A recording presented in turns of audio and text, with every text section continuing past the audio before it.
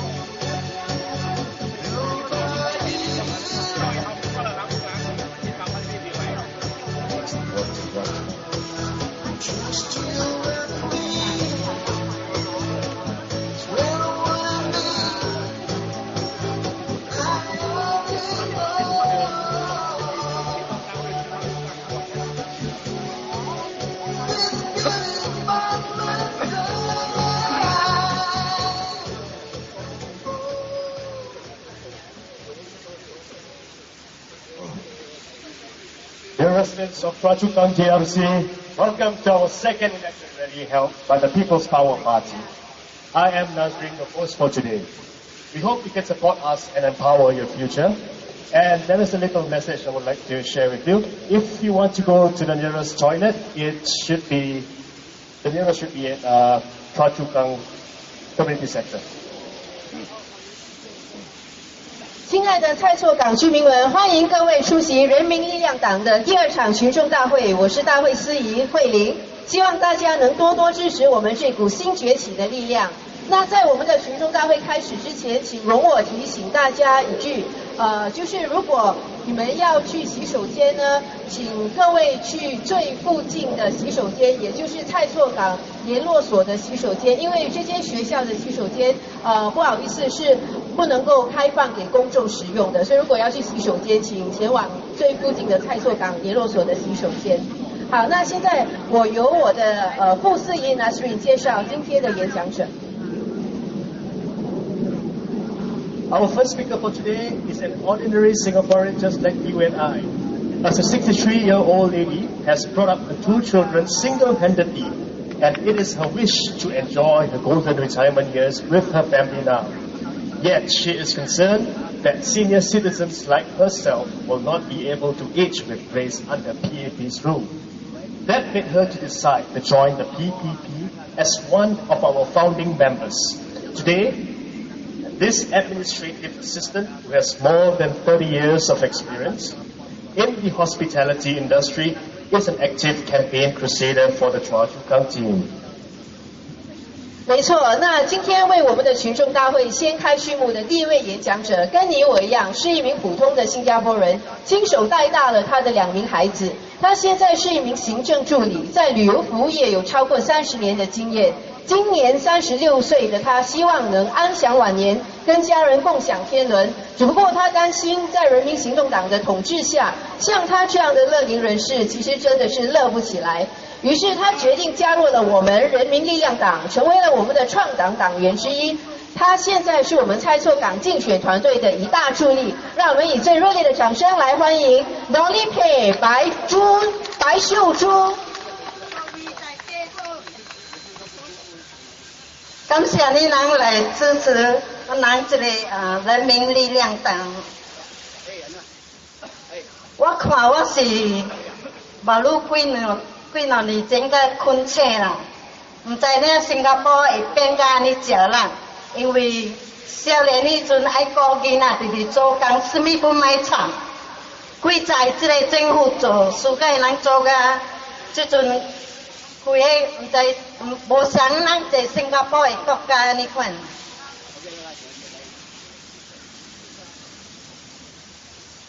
逐日咱即个平常人、客家人哦，我逐摆拄着迄个老人，甲我小点年纪啦，我也是老了。伊人就来甲我讲，伊人的生活安怎艰苦，真艰苦家己，因为逐项价格起价。阮人做即个款的小责任的工啊，古里工是无起偌济，但是啊物件拢做逐项起。出世70年，1970年迄阵，咱买一个3板鞋无7000，即阵变做300几千。即阵的少年囝都有办法，买一间厝，都有办法来饲某、交因生囝，政府爱人生囝，阮人都有才调生囝。你别惨啊！这个公众啊，外国人来听啊！就是讲啦，还有真侪新加坡人搁咧困啊，伊唔知影即阵的政府，所以咱袂使互即个政府啊，会管较侪，会管钱咱个，去花在心，咱就爱甲耶稣转来，爱投即个票互反对党。我是一个调皮的人啊，佮讨厌会不无啊。无会了，老军的名称即阵不无位，互你拿掉。伊都跳在保健的，跟人家抢人分厝，咱也把他看了。无新加坡人会使死，袂使破病。咱死人会累分无安尼做，老君厝啊，咱人无大条形的，你若有着 cancer， 有着什么大病啊，死是较偏啦，喏，一观察才几千块尔。20分钟就无去咯，20分钟烧去咯，无去咯。政府有管理人无？管理人去做无？有管理人有通食无？有困好无？伊是讲伊人会落地800，但个伊人会政府会落地啊，旧里工是100多千嘞。100万啊！100万。那是我18万。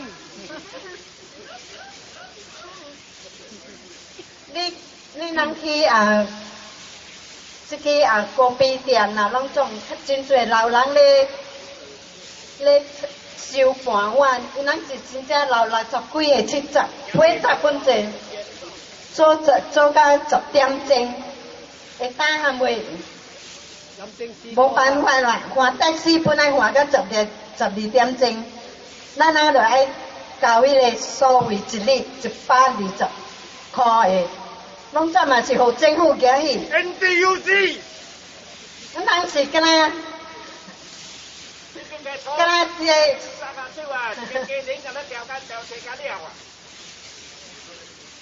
伊人是阿龙来啦嘛，人逐个月本着爱退人累嘛。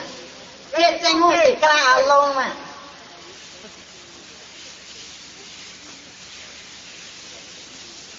啉水洗是真正强咯。伊讲这金会 statement 出来，我看伊的 statement 真有类，伊真正有类。嘛，伊会知影会了解人这个敲家人为，咱倒落有安尼做类，敢若伊安尼款。伊对倒落来诶，你爱问诶。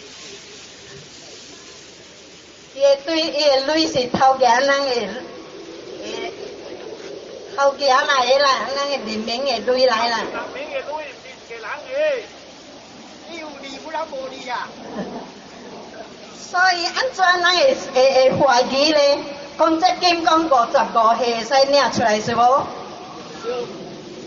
这种个起到65岁，65岁搁再爱起，安怎咱会怀疑讲政府头家人类去投什么做什么生意？这个是当然的嘛。若是讲爱讲伊人头家人就杀人啊。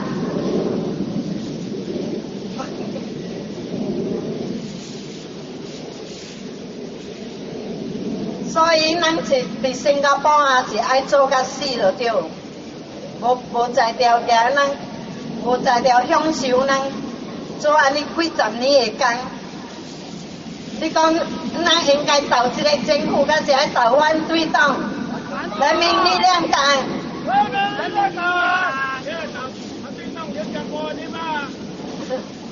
大家新加坡人就爱合作起来。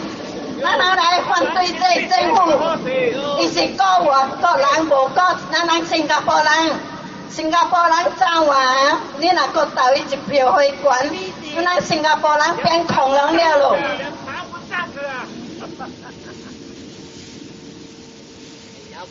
OK， 感谢各位来支持。我爱选反对党全的新加坡的反对党，你咱本地爱选。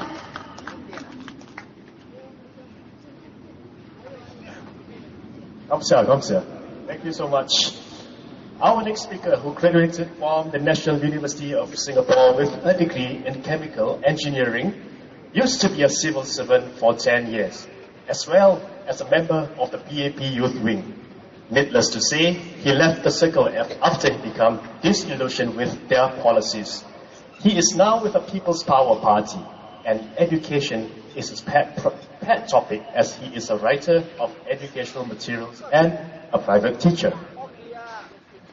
我们的下一位演讲者毕业自新加坡国立大学化学工程系，曾当了10年的公务员，也曾经是人民行动党青年团成员。但是他无法认同行动党的政策，从此弃暗投明，参与了反对党政治。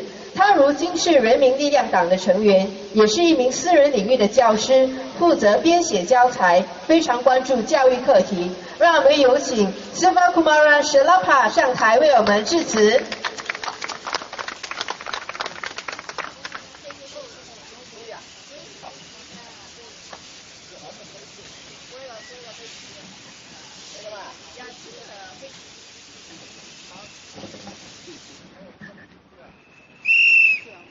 Good evening, fellow Singaporeans. At the end of this week, we would be exercising our duties as citizens to perform the first step of forming a government. What is the primary role of a government? First and foremost, the role of a modern government is to provide the infrastructure and to nurture a national economy. That economy should be such that ordinary average citizens, that means people like you and me, okay, not just the economic elites, are able to form their livelihoods from. Hence, it is of utmost importance that the policy of a government should allow the economy to function optimally and equitably in the fair interest of its citizens. A government for the people and by the people should have its sights clearly on empowering the people economically, not just the corporate entities which function purely on profit motivation. In the present day context, the principles of profit motivation of businesses are undeniably here to stay. Okay, that is the nature of things, the present day situation. We have to accept those principles and insofar as the benefits uplift the well-being of the ordinary citizens and not just the well-being of the elites, the economic elites who run those companies. If the benefits tend to stagnate at the upper levels of the economy, how do we account for the well-being of the average citizens? The presence of innovation, corporate structure and meritocracy, when they flourish, do benefit all in the long run. But that does not mean signing trade pacts at every turn without studying the impact they would have on the people. You can't just trade away the people's right in the name of creating an economic pie in the sky. Now, whose benefits is that economic pie going to serve? Can one government, a foreign government, export its unemployment to another in the name of globalization? That means their unemployment problem in their country become our problem. Then, what are we going to do?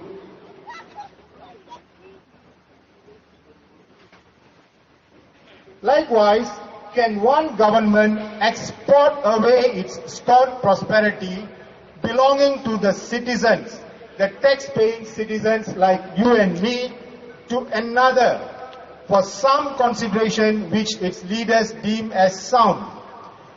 What if a government appears to be overly benevolent to the citizens of another country, again in the name of globalization? It seems to be the latest mantra, the in thing, and preaches grossly distorted principles of broad-mindedness to its own citizens. Are all these acceptable? No! Hence, it is incumbent upon us to guard against the capitalistic pendulum from swinging too far. The government has to make sure that the people are not reduced to mere digits and their labor being regarded as optional raw materials which you can suka, if you decide include, if not you can discard. Never mind. Nothing will happen. Nothing is lost. Is that acceptable? No!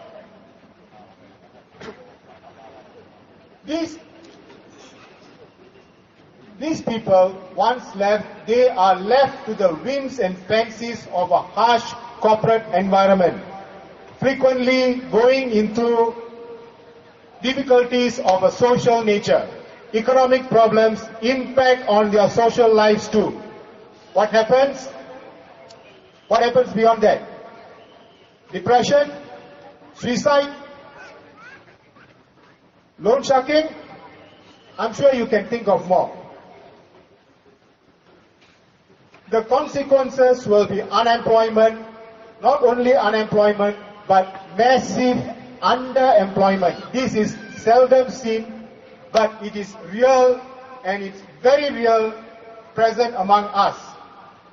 This underemployment which currently prevails in Singapore, everybody is just making do with what is available, because in Asia we value what is known as face. We don't want to tell people that we are not able to make ends meet. We just make whatever we need and just go on.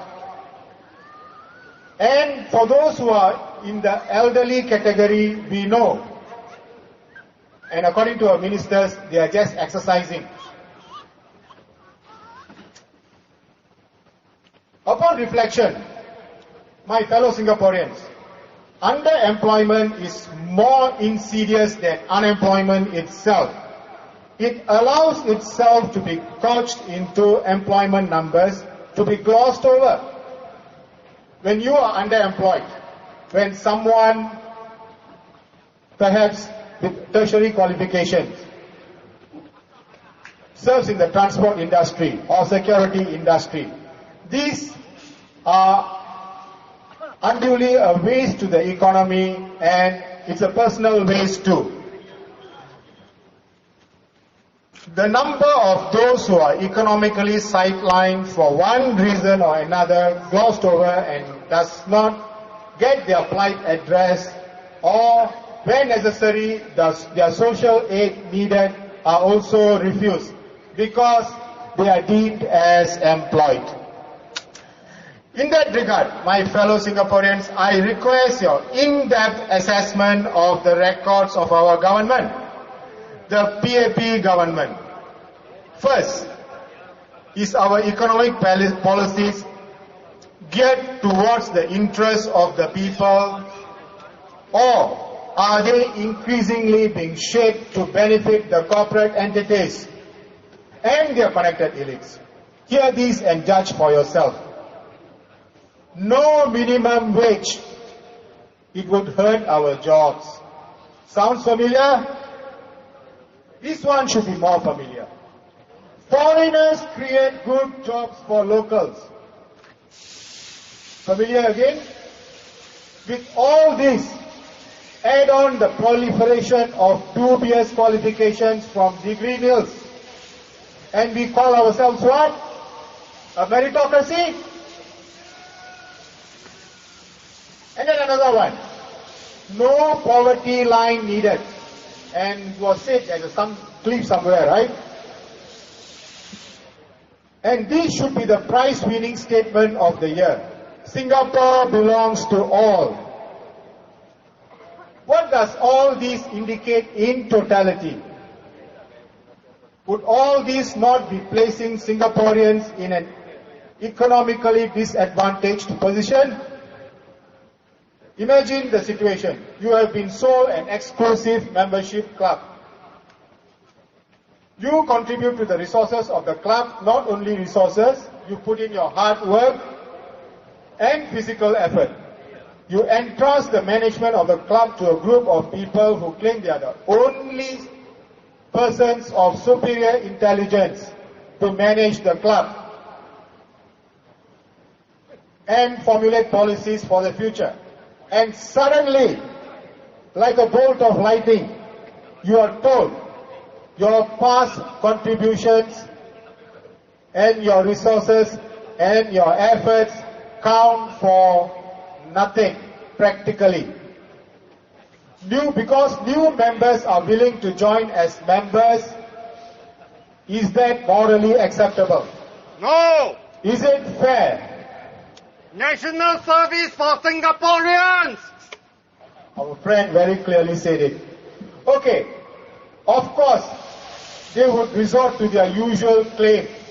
Changes are inevitable.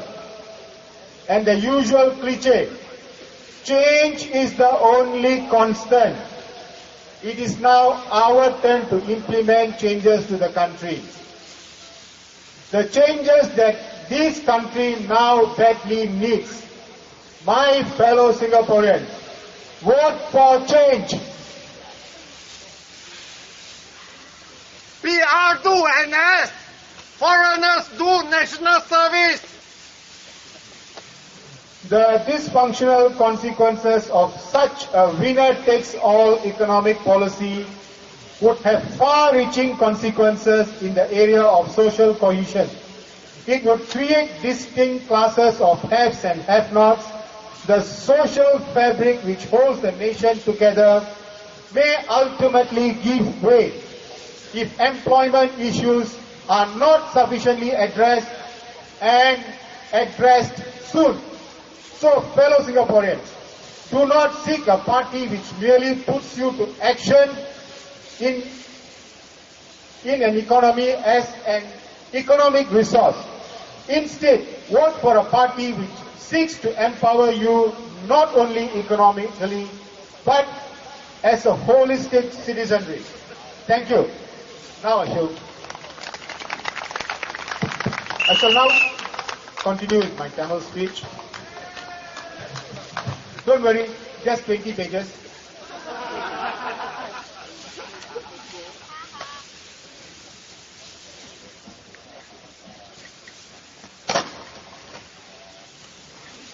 வணக்கம் சக சிங்கப்பூரர்களே, சில நாட்களில் ஒரு அரசாங்கத்தை அமைக்கும் முதல் பணியில் நீங்கள் செய்ய உள்ளீர்கள். ஒரு அரசாங்கத்தின் முதல் பணி என்ன? ஒரு அரசாங்கத்தின் பணி என்ன? வரி வசூல் செய்வது மட்டுமா? நாட்டின் மக்கள் கண்ணியத்துடன் வாழ அடிப்படை பொருளாதார தேவைகளை பெற வசதியான ஒரு பொருளாதார சூழ்நிலையை ஏற்படுத்துவதுதான் ஒரு அரசாங்கத்தின் கடமை. மற்ற கடமைகளும் உண்டு. இந்த அடிப்படை கடமை இல்லை என்றால், அடிப்படை கடமை சரிவர செய்யப்படவில்லை என்றால் நாட்டு மக்கள் பல இன்னல்களுக்கு உள்ளாவார்கள். அப்படிப்பட்ட பொருளாதாரம் நாட்டில் இப்பொழுது நிலவுகிறதா? பொருளாதாரம் இருந்தால் மட்டும் போதாது. அது சிங்கப்பூர் மக்களின் நலனை கருத்தில் கொண்டு அமைக்கப்பட வேண்டும். அதுதான் முக்கிய நோக்கமாக இருக்க வேண்டும். சிங்கப்பூரர்களை அடிப்படையாக வைத்திருக்க வேண்டும், மையமாக வைத்திருக்க வேண்டும். லாப நோக்கம் கொண்ட நிறுவனங்களின் நலனை மட்டும் கவனத்தில் கொண்டால் போதாது. லாபம் மட்டும்தான் இருக்கும், ஆனால் மக்கள் அவதியுறுவார்கள். உலகமயமாக்கம் என்ற பெயரில் வர்த்தக உடன்படிக்கைகள் செய்து கொண்டே போனால் யாருக்கு பயன்? அயல் நாட்டு ஊழியர்கள் கட்டுக்கடங்காமல் சிங்கப்பூரில் நிறைக்கப்பட்டால் விளைவு என்ன? அந்நாட்டின் வேலை பற்றாக்குறை நம் நாட்டின் மீது திணிக்கப்படும். நம் நாட்டு ஊழியர்கள் வேலை இழந்து இன்னலுறுவார்கள். அதற்காக வெளிநாட்டினரே இங்கு வேண்டாம் என கூறவில்லை. அப்படித்தான் அவர்கள் கூறுவார்கள். இப்படி ஒரு வாதத்தை நாம் முன்வைத்தால், அப்படி என்றால் வெளிநாட்டு வேலைக்காரர்கள் வேண்டாமா அப்படி என்று கேட்பார்கள். அது வைத்தால் குடுமி சிறைச்சால் மொட்டை என்று கூறுவது போல் உள்ளது. மிதமிஞ்சி போனால் நம் நாட்டினர் பாதிக்கப்படுவார்கள் என்பதை நம் அரசாங்கம் மறந்துவிட்டது போல் தோன்றுகிறது. அதை நாம் தான் நினைவூட்ட வேண்டும். என்று நாம் நினைவூட்டப் போகிறோம். இந்த வாரம் வெள்ளிக்கிழமை அதை நினைவூட்டுவோம். நாட்டு மக்களை இயந்திர பாகங்கள் போல் மாற்றுவது போல் கழற்றி எறிந்துவிட்டு வெளிநாட்டினரை வேலைக்கு அமர்த்துவது சரியா? அவ்வாறு செய்தால் விளையும் பாதிப்புகள் என்ன? நாட்டின் பொருளாதார பிரிவுகள் உருவாகி மக்களின் ஒற்றுமை பாதிக்கப்படும், சீர்குலைக்கப்படும் நிலை உருவாகும். எனவே உங்களை பொருளாதார கருவிகளைப் போல் செயல்படுத்தும் கட்சியை தவிர்த்து உங்களை சக்தி வாய்ந்த மக்களாக மாற்றக்கூடிய கட்சிக்கு உங்கள் வாக்குகளை அழியுங்கள். நன்றி.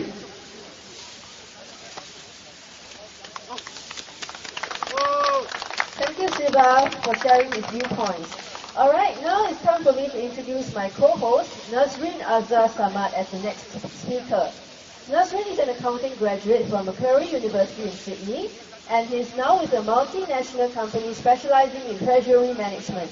While Nazrin was the president of the Singapore Student Association of Macquarie University, he has organized various dialogue sessions which exposed him to social activism and reinforced his belief that a little effort by each of us can go a long way. 好，那请容我介绍我们的下一位演讲者，他就是我的傅思怡 Nazrin。Nazrin 拥有澳洲悉尼大学、麦考瑞大学的会计学位，如今任职于一家跨国企业，负责资金管理。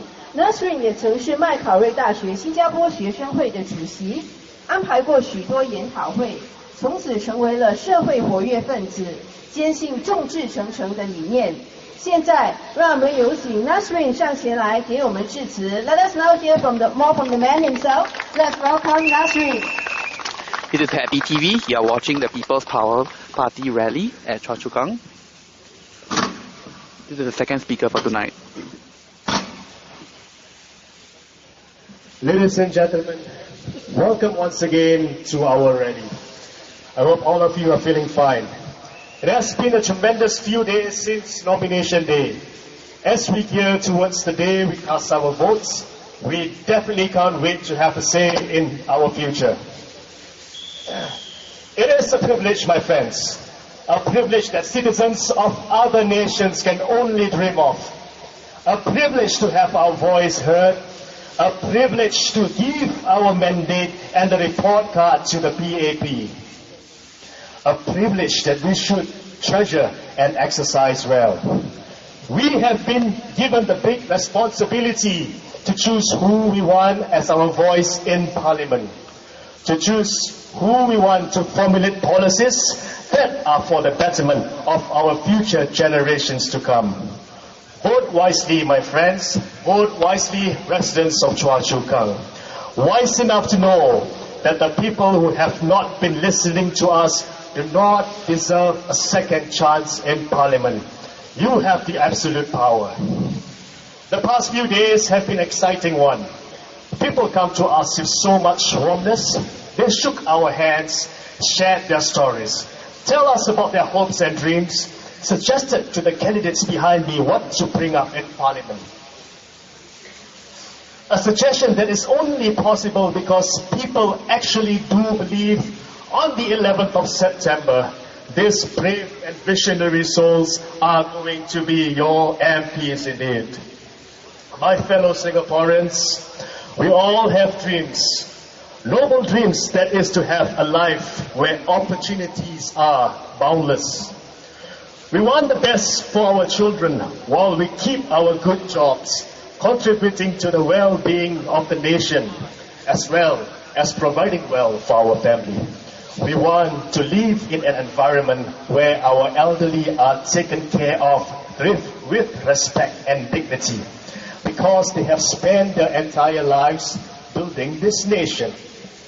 We want ourselves, and that for our friends and families too, to have comprehensive healthcare insurance so they would not be ridden with excessive debts when they fall sick.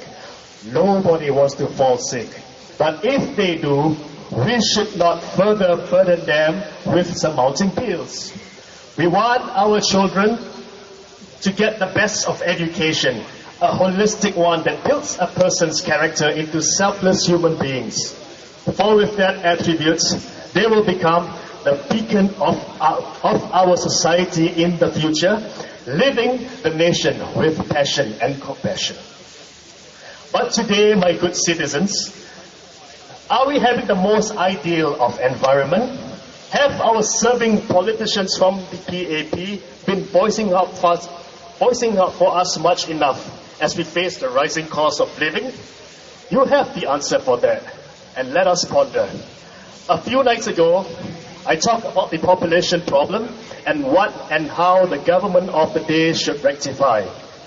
It is getting senseless that qualifications brought by some foreign applicants are not systematically and efficiently validated. Paper mill degrees. We need the government of the day to put forth a debate and strong proposals how this could be addressed and corrected. On the 11th of September, you will choose who you want as the government of the day. You tell your friends all around this nation what they should do on the 11th of September. The whole idea of a parliament is to accommodate a platform of ideas and proposals that is to be rigorously debated before the best policy and legislation is eventually formulated and agreed on. Only with the competition of ideas would MPs and ministers work doubly hard to make sure citizens of the nation, of this nation, benefits from the enacted policy. For that to happen, reject the idea of a monopolistic one-party system. Vote for more alternative voice. If it so happens that a so-called freak elections occur, then the people have indeed spoken. When you people speak to the ballot paper, is that freak? This is a country that pledged on to build a democratic society. So, if that actually happens, it is not a freak election, but a reality and a continuation of leadership from one brand to another. So vote for more alternative voices in Parliament. The heat of this election should not be about town council issues. I do not see how managing a town council should be a problem, nor do I see why should this even be an election issue. Especially so when we are going to the polls with real national issues in mind. Let's take the cost of living for instance. You and I, we feel how much the cost of living has risen up beyond our wage scale. There are many among us today who are struggling to keep abreast with the country's economic progress. While some in the upper echelon of governments pat themselves on the back because we are now known as one of the major financial hubs in the region and the world, let us remind ourselves we have also become one of the most, if not the most expensive cities in the world. How much of a guarantee is there to ensure that Singaporeans are not underpaid in a real monetary value, while the expenses for our provisions are going up? Are there adequate legislations to ensure that our job security is guaranteed in the long run? Is there a serious effort to promote minimum wage in such a way that it would not cripple our economy, but uplift lives of families who are now barely sustaining as they resist from falling through the gap day by day? To find the answers to these questions, just look at how far our average wage is in proportion to public housing prices. Yes, costs will go up due to inflation. While inflation could be natural at times, we are facing unnatural rise in housing costs, not in tandem with our wages.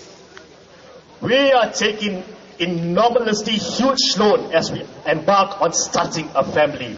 Locked for 30 years of repayment commitment for a 99 years lease property. Is that public housing?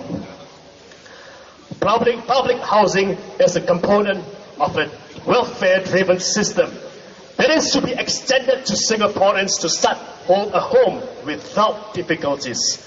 But we have lost the direction and essence to what was originally part of our socialist-oriented economy.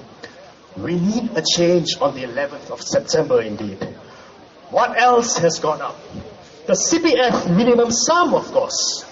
For the past 15 years, it has been up and up and up.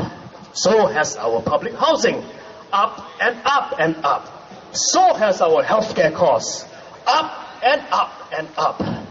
Can I then call on the Minister of Health to accept Mr. Goh Meng Singh's invitation for a healthy health debate? My fellow Singaporeans, we all want the best for our families. We want to give the best education to our kids. We want them to fly high, pursuing their passion and their dreams, and become men of pride that could stand tall and say, Mom and Dad, I have done you proud. But we need to understand too, the cost of university and other institution fees doesn't come cheap. Sure, there are loans and other help available, but could more be done for families who have been beaten off the usual systematic progression? There are times our kids, and we adults, especially myself, could attest to that. We sometimes take a longer time than others to develop good academic qualities than our peers. And often not, students who fall under this category find their niche and interest at an age later than their peers. And I can attest to that. When we could not get them into local institutions, how do we find ways to ensure they do not abandon their noble pursuits? We have to send them to private institutions locally or overseas institutions, but that involves a lot of money. At present, many local loans or bursaries do not fully support such study options. What is the best way for us to solve this problem? Well, we do have our money in our CPF, don't we? But can we say, hey, I need that money, my money, to pay for my children's tuition fees? What do you think the answer will be? The CPF is indeed our money. I know of families who had to make sacrifices, downgrading their flats just to get sufficient cash for their children's academic future. Is that fair? Why are we even allowing that to happen? Yes, give them their money. In my opinion, we can make legislations to allow conditional early CPF withdrawal for something that will benefit the society in the future.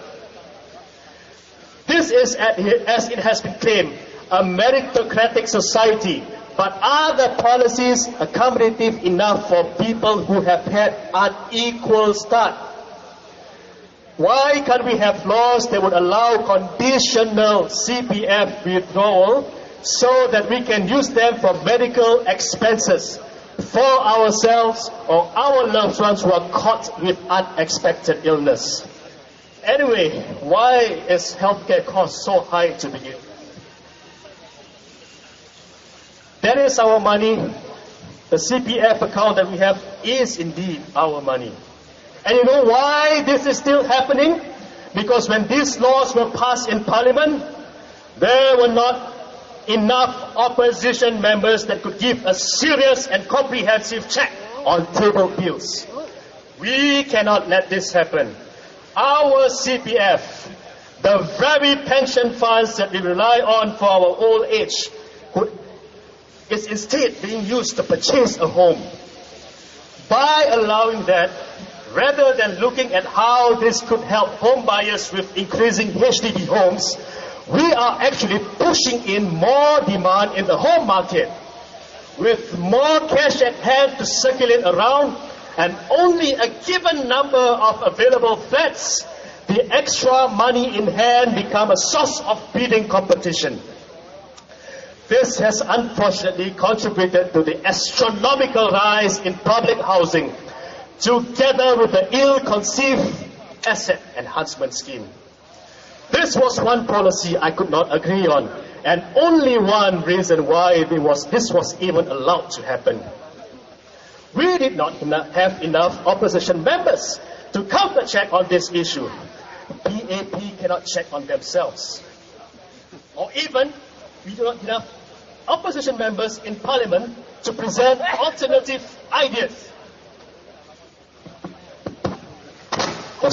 Sorry.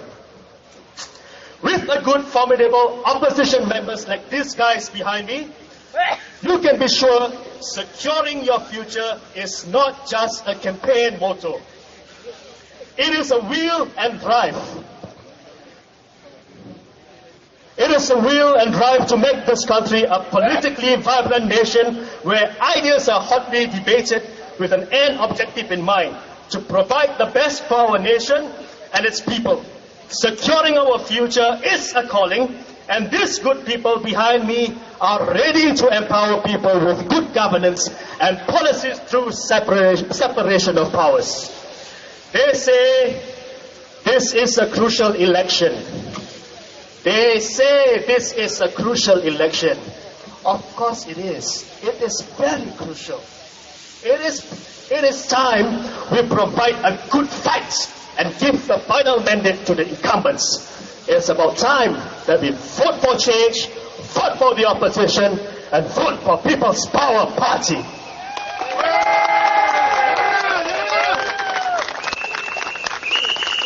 I will deliver my next I will deliver my next message in Malay, so bear with me. It is not 20 pages long, but very fast. Sekarang saya akan menyampaikan ucapan penghimpunan ini dalam bahasa kebangsaan, bahasa Melayu. Tuan-tuan dan puan-puan setanah air, Assalamualaikum. Pilihan raya ini adalah kali pertama dalam beberapa dekad, iaitu bukan lagi hampir, tapi semua kursi di parlimen dilawan oleh calon-calon dari parti-parti pembangkang. Sudah lama kita tidak melihat benda macam ini. Ini adalah peluang yang terbaik untuk bangsa Singapura, rakyat sejati tanah air ini, untuk melafazkan dan melaksanakan kekuasaan mereka, memilih siapa yang layak mewakili kami semua di parlimen. Parlimen adalah institusi kerajaan yang tertinggi di negara ini, dan apa saja kebajikan yang dilulus di situ, kebijakan yang dilulus di situ akan memberi pengaruh yang begitu mendalam dalam hidup kita. Hidup kita di sini sebagai anak watan negara Singapura. Kita kena fikir, apakah isu-isu semasa yang menjejas taraf hidup kita? Adakah kita lebih maju kalau dibandingkan 10 atau 20 tahun yang lalu? Adakah kita lebih makmur? Adakah kita sudah diberi keadilan yang sepatutnya dijamin dalam prinsip meritokrasi? Memang benar, kita tidak boleh nafikan Singapura ini adalah sebuah negara yang maju. Kalau nak bandingkan bagaimana nenek moyang kita hidup di negara ini, di zaman mereka, tentulah mutu hidup kita sekarang lebih baik, lebih molek, lebih indah. Tetapi tuan-tuan dan puan-puan, apakah maksud lebih baik itu? Adakah kita yang sebangsa dan seagama diberi persamaan dalam segi peluang pekerjaan?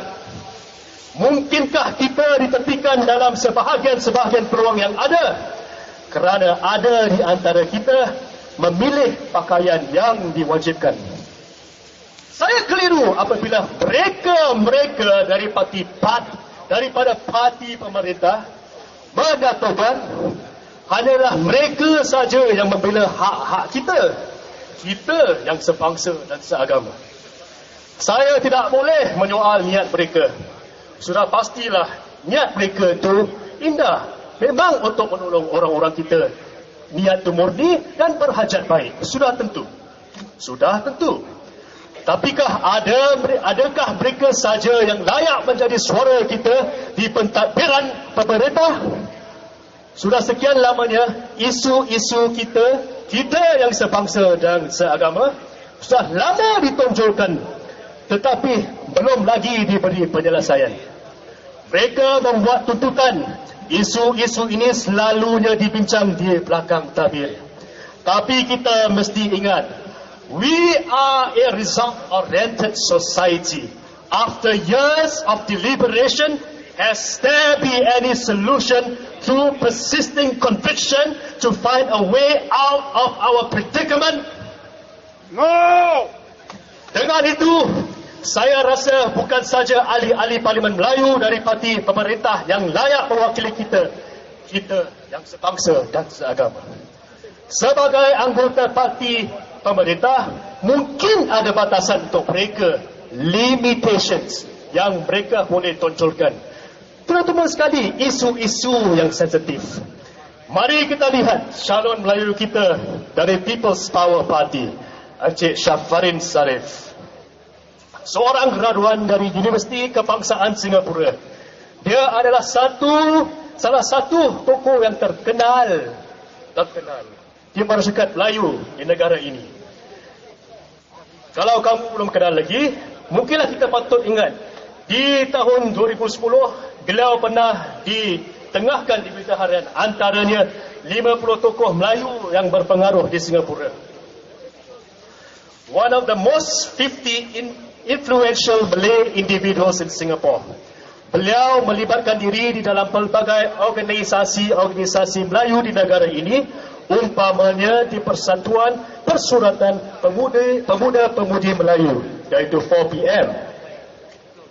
Dilantik sebagai naib presiden, beliau pernah memimpin pelbagai projek dan program yang bertujuan untuk mendidik anak-anak Melayu kita menjadi pemimpin masyarakat di masa depan. Tahukah anda, satu-satunya menti atau didikan beliau adalah seorang calon Melayu PPP yang bertanding di pilihan raya ini. Encik Shafarin berjiwa Melayu yang fasih dalam sejarah Nusantara. Maklumlah, beliau ni seorang graduan political science, khususnya di bidang Malay Studies. Apa-apa tentang sejarah Melayu, dialah yang banyak berfungsi dengan saya. Selalunya, orang yang bertauliah seperti Encik Shafarin akan dipetik oleh parti PPP untuk menjadi calon mereka. Tak susah kalau Encik Shafarin ni nak jadi anggota PPP pun. Tapi dia memilih untuk melibatkan diri di arena politik pembangkang dan sudah sekian lama beliau sudah membuat demikian. Kami enggan menerima perfahaman yang hanya satu parti saja yang boleh memonopolikan isu-isu Melayu di Singapura. Dalam sudut realiti, jelas kita perlu menuju ke arah politik untuk membetulkan apa yang tidak betul, utamanya isu-isu kita yang sebangsa dan seagama. Encik Shafarin selalu mengingatkan saya, Nazrin, the Malays need political will. Orang Melayu patut memberi sokongan kepada parti PPP. Itu bukan dari Encik Shafarin. Adalah kata-kata yang tidak sihat daripada mantan menteri. Kita perlu adanya suara Melayu alternatif di Parlimen. Kita mesti ingat, dalam segi politik, bukan PAP sahaja yang mampu mencari penyelesaian. Kita berhak untuk memilih siapa di antara kami yang layak menjadi wakil paksa kita di Parlimen. Jadi undilah Encik Shafarin, undilah People's Power Party untuk paksa dan negara. Terima kasih.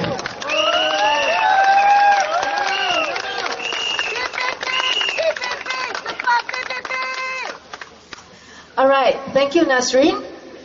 Okay, now it's time to introduce the next speaker, who is the driving force behind the establishment of PPP. He has got nearly 2 decades of experience in opposition politics, as well as a good track record as he secured more than 40% of the valid votes after contesting in Aljunied GRC and leading a team in Tampines GRC in the past 2 elections. Now the Secretary General of PPP and the leader of the PPP CHOA CHU KANG team, he continues to uphold his belief in the separation of powers. This NUS graduate, who has an honours degree in economics, is currently the managing director of a linguistics company.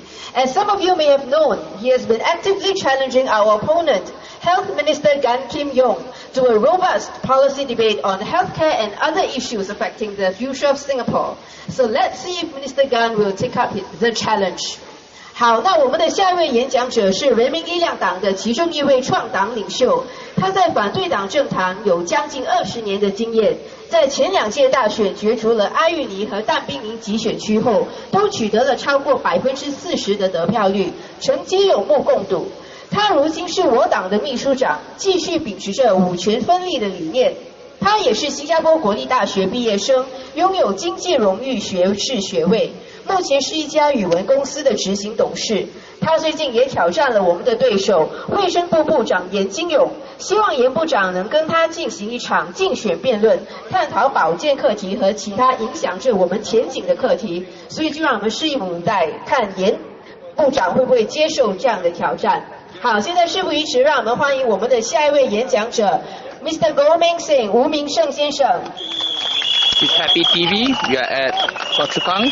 This is the People's Power Rally. Good evening, People's Power residents of CHOA Party CHU KANG. Rally. 我将用2种语文来说。I will use 2 languages for this short speech. What are you looking for in the opposition parties, in the candidates? I know among the viewers here, there are people who have undecided who to vote for. Now let me introduce my concept of what constitutes good politicians. We want politicians with a passion like Mr. Low Tia Kiang. We want politicians who have a fire like JBJ. We want politicians with a heart and soul like Mr. Cham Si Tong. And we want politicians with an intellect like Dr. Chee Soon Chuan. This is what we want in Parliament. Right.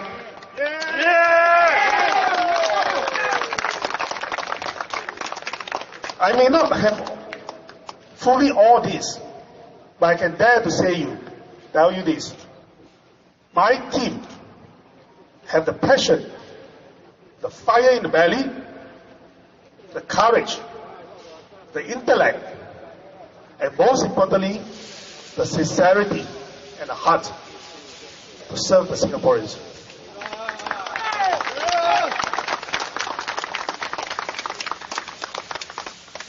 I've been through politics for all these years. I've seen many people come and go. As political leaders, I have to assess each and every one that I meet, that come to me, whether I can view them as a candidate, whether they deserve to go into Parliament. And these are the 4 things I look into them. I'm not looking into scholars, because you can have a scholars, but they have no passion to serve. They have no fire in the belly, and they have no heart for Singaporeans. And this is what PPP have right now. Is it right? We do not want people who are very intelligent, but yet they use it in the wrong way. For example, Ma Bao Tan is actually an extremely intelligent person. Very, very intelligent. Every ministry that he goes, the ministry will make money. Right? He can create one piece of paper and he have billions for the government throughout the years. ERP, COE. And he control the properties, increase the property prices, and he make money for the government through land sales. He's an extremely intelligent guy, but he doesn't have a heart for the people. And this is why I have to contest in Tampines last election. Even though We did not win. But the support of real voters of Tampines, they've given us over 40%. Never in our life, in Tampines, you get over 40%. And it sent a very strong signal that these ministers, Ma Baotan, must go. And yes, he went.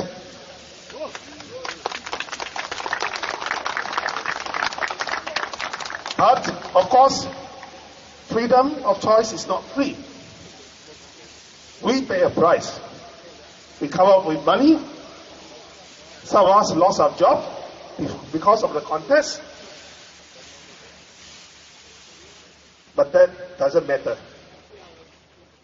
What matters is we do it right for Singapore. What matters is through our competition, our contest, we changes the HDB policy. And now, they anyhow built. Without control, without quality. They go to the other extreme.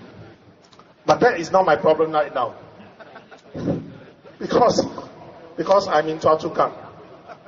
Now, Zaiki, in his rally speech, right, somehow questioned us, why are we in CHOA CHU KANG?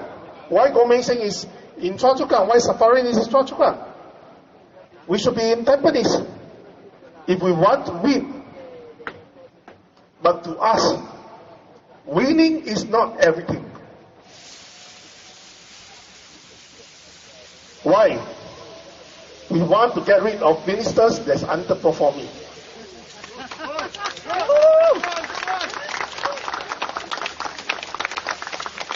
Even if we do not win, by your votes, send us a very strong signal, 45%, and Mr. Gunn will have to go. Before I am going to talk about why Mr. Gunn have to go, I have to reply to Mr. Zaiki. Right? We are here because not only Mr. Gunn is not performing, the whole team in CHOA CHU KANG, PAP is not performing. I want to list out what went wrong.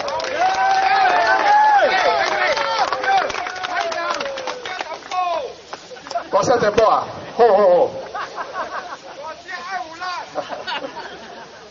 Now, first of all, PAP itself has been shifting candidates like nobody business. Right? Zaiki own teammate right now, Mr. E, came from where? Punggol East. So what's wrong with us coming here?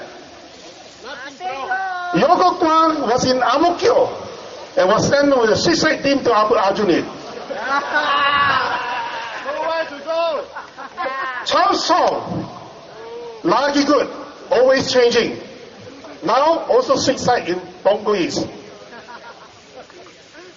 But we are not a suicide team. We are the Beaster Slayer.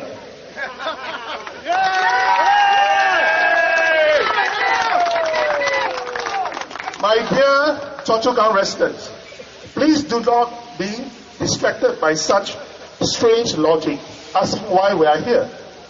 We are here because they are complacent. And they want to distract you from the national issues. They do not want to talk about policies. They do not want to debate with me about policies. They want to sidetrack. They want to smile. Talk bad about others. This is not good politics. Is this first world politics? No? Is this first world politics? No! Now, the MPs here in CHOA CHU KANG neither raise good national issues, nor they have done good jobs in CHOA CHU KANG. I will list it out. When we walk the ground, people from Nanyang, anyone from Nanyang here? Raise your hand. Nanyang. Almost 70% of people that we met in Nanyang say, Alvino cannot lah. He is not a good MP. Whenever I go and see him, nothing jalan. Yes. And there were talks about building hawker centers, but it just remains a talk only.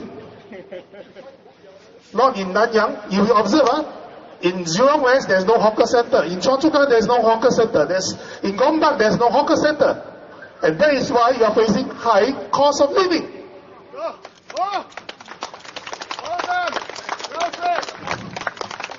Now, talking about Gombak, residents in Bukit Gombak has been requesting for a covered walkway from the stretch below the MRT track, from the MRT. Now only talk only. Nothing done. I was there the other day when it was raining in the morning. I saw how pathetic the residents have to brave the wind and the rain to get to work. What is the MP there doing? Sleeping. No lah, I think it's one eye closed, one eye don't know do what. Now, only recently after we are contesting here, then he come out with 5 years plan. Whose money is that first? Our money! They are using your money to campaign for themselves. Is that right? Yeah! Does it mean that if they lose, they are not going to do that? It's our money! If that is so, are they sincere? No. That's why I say PAP doesn't have sincerity and heart for the people. They are only using every means for their political power, to preserve their power. And do you want these people to be voted in? No. And only when we are here, they are talking about upgrade the bus terminal. You know, what is wrong with the bus terminal, you know? The design of the bus terminal was so bad. How can you have a bus lane, bus terminal, will come out with only a small 2-liter lane drive? I do not know how you live with it for all these years. And I suspect the MPs only work only 4 or 5 years a week. Only when election time then you promise, well, I want to do this, I want to do that. But did they care during the last 4 years? Did they make any proposal to make changes to better your life? They are not interested. They are only interested in buying your votes with all these promises. Buying vote with our own money. Yes, buying votes with our own money. That's ironic. They didn't care of the health hazard of people living along the MRT track. You know, last election when I was in Tampines, I raised this question. I live in Hong Kong. If there's an MRT track that cuts through the residential path area, the MTR, they call it MTR, will always build the sound barrier. Because MRT track will have screeching sound. And it affects the health of the residents. But this government is not considering. They do not have a heart for the people. I see the whole stretch of MRT track here, but there's no sound barrier. So in Tampines, last election I said, why do you not build a sound barrier? How much does that cost? And immediately after election, there were trial down there. Although they did not really carry out the promise, but at least they tried. But did your MP raise such questions to the LTA or the MRT? No. They only once in 4 years. Because they live in big bungalows. Yes. They are not affected by the track sound. Yes. They don't even know the problems that you face. Even if I don't live along the track sound, I have the empathy. Empathy of people. I can imagine how every day, every night, they have to listen to this screeching sound on the MRT track. It's annoying. So I hope with our contest out here, right after election, they will build a sound barrier for all of you.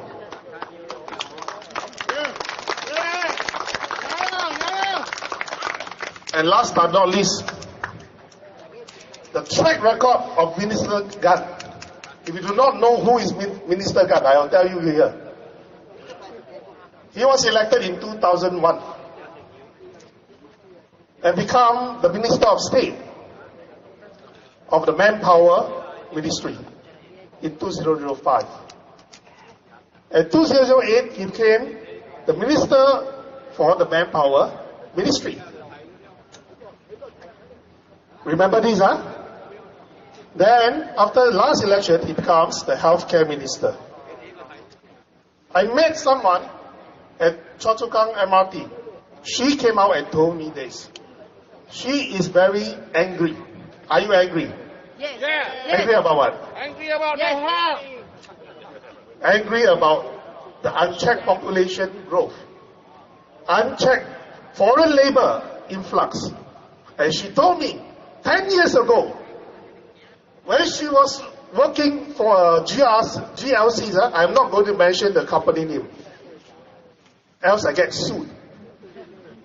She told me she worked in the HR department, and these engineers and technicians that came to apply jobs from overseas give them a certificate, a degree, or diploma, which is printed on papers that is worse than this. And the company will just photocopy and send it to MOM, and the MOM just accepted. And they will come to Singapore and pick up jobs of Singaporeans. That are the fake degrees. And this happened 10 years ago when Minister Gan was the Minister of State of the Manpower. Did he do anything to stop all this nonsense? When he was a Minister of Manpower, did he put in checks of all these qualifications, people's qualifications that came in? And I do not know how many have become PRs and citizens. Do they have any plan to do anything about it? We are a country that believes in integrity. We believe in good qualification. We believe in meritocracy, right? Yeah. And our NUS and NTU are one of the top universities in the world. Yeah. And we have graduates from our universities losing jobs to people with fake degrees and ended up driving taxis. This is the irony we have. And that is why when I walk the ground, there are so many angry people that tell me about the population problem. And I can empathize with their problems. I can really empathize. For the young people down here that comes to listen to this rally, I can tell you, those in the 40s will lose their jobs to the younger, cheaper, with people's fake degrees and driving license now. They are your future if you continue to vote PAP. There's no two way about it. Because PAP has no plans to do anything about it. They have no plans to check about fake degrees. Even their own IPA have fake degrees. Even NUS. You know NUS? There's one case, they employ a doctor from India with fake master degrees to teach in NUS. Imagine our doctors are taught by people with fake degrees. How dangerous are these people? And these have been only found out when this doctor went to the US. And the US people said, cannot be. He doesn't have that qualification. And he was exposed. Only in US he was exposed. But how many students have been taught by him? Doctors who are going to save your lives or make you die. Doctor may die, huh? So voters of CCK, CHOA CHU KANG, please do Singaporeans a favor. Vote for us to send a clear message to PAP. Minister Gan, your time is up. You should go.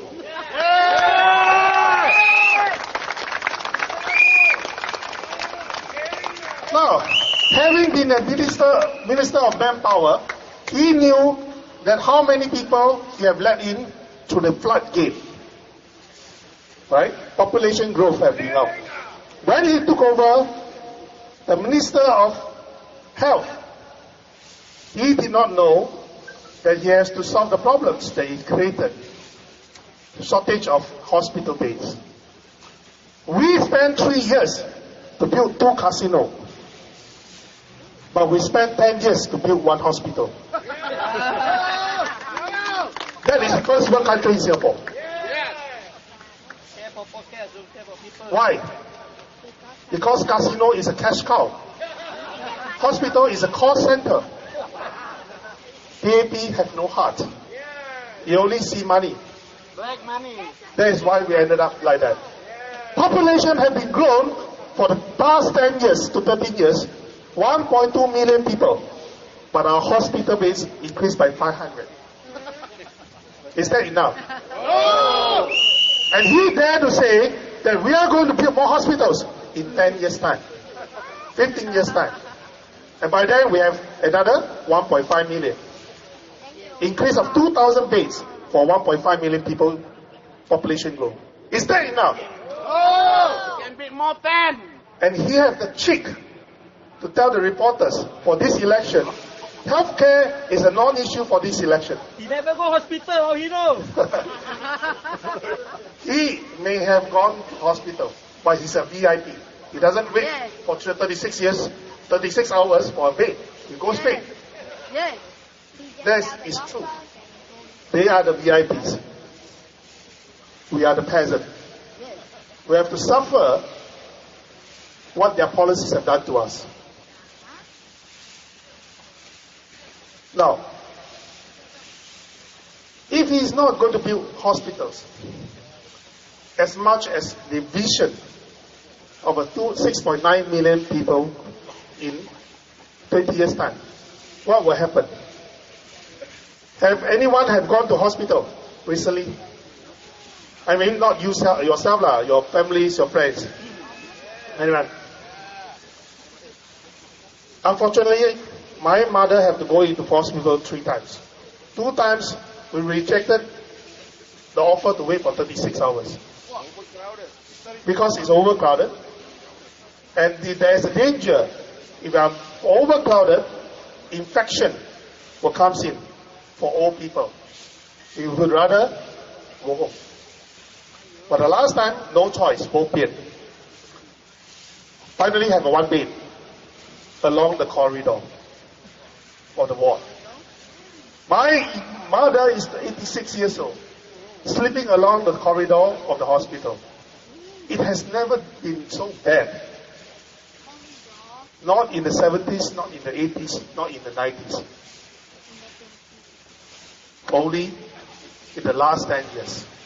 Why? You must ask yourself why. And is Minister Gan doing anything about it? No. Hospital is not just built, you know. You have to staff it. Where are the doctors? Where are the nurses? Foreign labor again lah. Yeah. But do you know that if you get foreign laborers to be foreign doctors, they can't even understand our ama akong. How can they actually solve their problems? Not the nurses. The doctors were did a translator.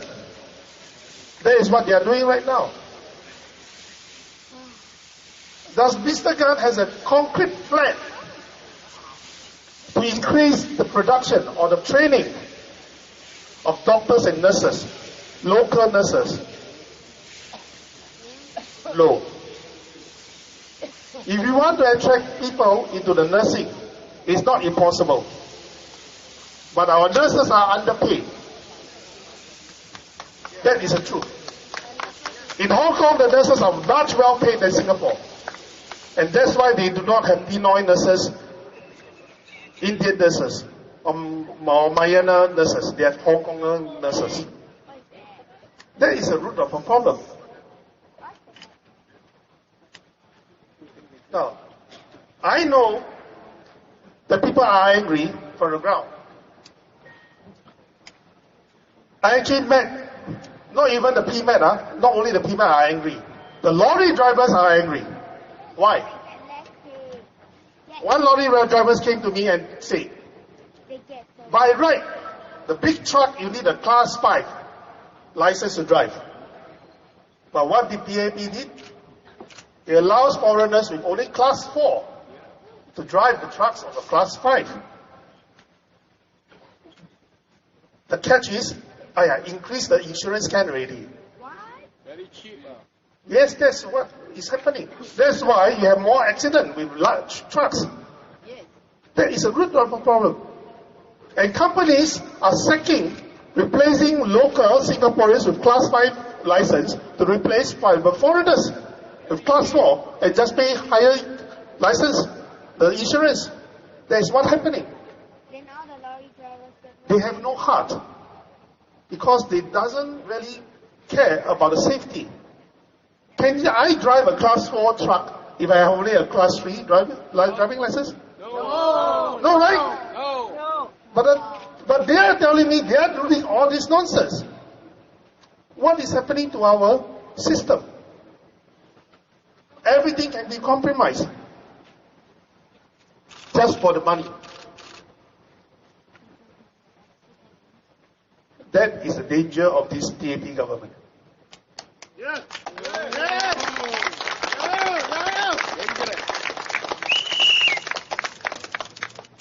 Now, I have talked about this before. We are not against foreigners. We want to build our Singapore core. But PAP refused to do it. There are a lot of people, local Singaporeans and foreign spouse. But their foreign spouse cannot easily get PRs or citizenship. Why? Money again. Their money no enough. Income no enough. They refuse them to give them the PRs or the citizenship. Is that humane? No. No matter who we are, no matter how much money that we earn, every person desire to form their own family. Right? Yes. But PAP only looks at your income to decide whether you can have your spouse with you. And they say we are xenophobic. I say they are money-phobic. Yes.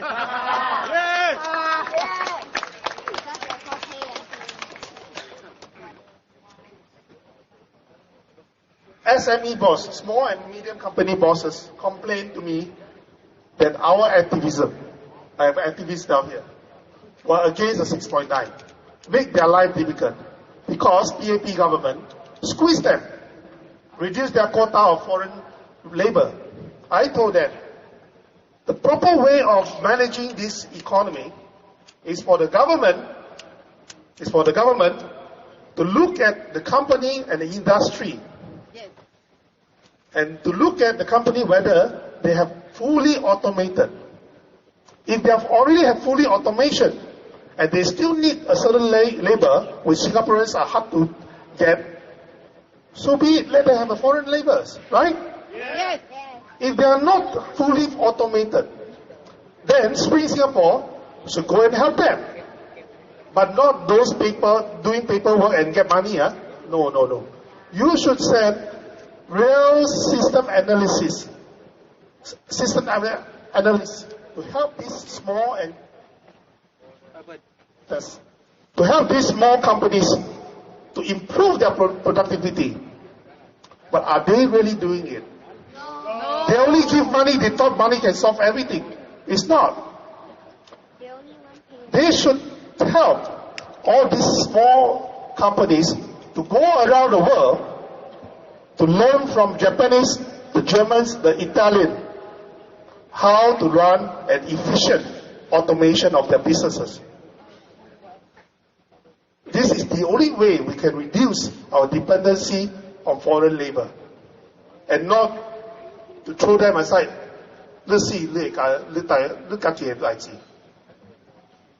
That is not a good government.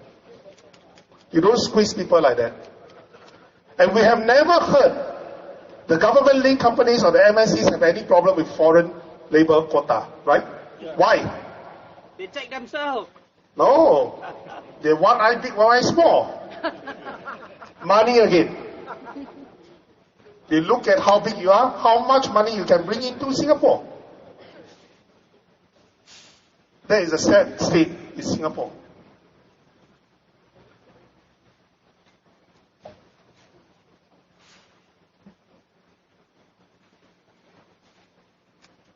I am against the ruthless, reckless, irresponsible foreign labor policy, as well as its population growth strategy. I have many foreign friends. I do business with foreign people all over Southeast Asia. Third world country, first world country. How can I be xenophobic? We are only a little tiny red dot. We are such a beautiful country. Everyone wants to come to Singapore. But can we accommodate everyone? No. That is a question. No. No. That is the question you have to ask. You have to ask Mr. Gan Kim Yong, why did you do that as a minister of manpower, flooding the whole place with foreigners, foreign workers? It is irresponsible, ruthless in the sense that you are robbing Singaporeans' jobs. You are suppressing our wages. You didn't care about how we live. Our social space has been squeezed. Do you still believe he's a good minister? No. Do you want to vote him out? No. Yes. Do you want to get rid of him? Yes. Then vote for us. Yes. No. Go for PPP! Go for PPP! Now, I would admit, it's not totally Mr. Gan's problem. It lies with the FTA, Free Trade Agreement, that Lee Hsien Loong's government have signed with a lot of countries. We have never known that free trade agreement is so important to us until we suffer the consequences. The free trade agreements allows Temasek Holding, GICs, and government-linked companies to invest in these emerging markets like India, like China. But in return, they say, okay, your people can come to Singapore to work. 127 professions from India, including doctors, accountant, lawyers, I don't know. These are the jobs the Singaporeans want. Yes. And there's no upper limits, you know. And that's why we are seeing influx of people that come into Singapore. They only care about how much money they can earn in Temasek Holdings and GICs. They doesn't care about selling your jobs away. Singaporeans, you have been sold. Your jobs have been sold by these ruthless people. You got to wake up to let us go into Parliament to scrutinize every free trade agreement that they sign. No more shall we allow them to do what they want. We should be awakened that these free trade agreements that they sign is detrimental to our people, our nation, our national identity. And you can see I'm more angry than you. Although I'm not affected by all this influx, because I'm a businessman. But I empathize with the normal workers who have been suffering from this ruthless policy. And these policies are the mother of all problems in Singapore. It's not about your jobs. It's about your MRT breakdown today. It's about your housing. Why it keep going up? It's purely economics. The land is always fixed. And you keep having people coming in and demand the land. What will happen? The land will go up. The land will go up, the rent will go up. The rent will go up, the cost of living will go up. That is the link to you personally. That's why, my test.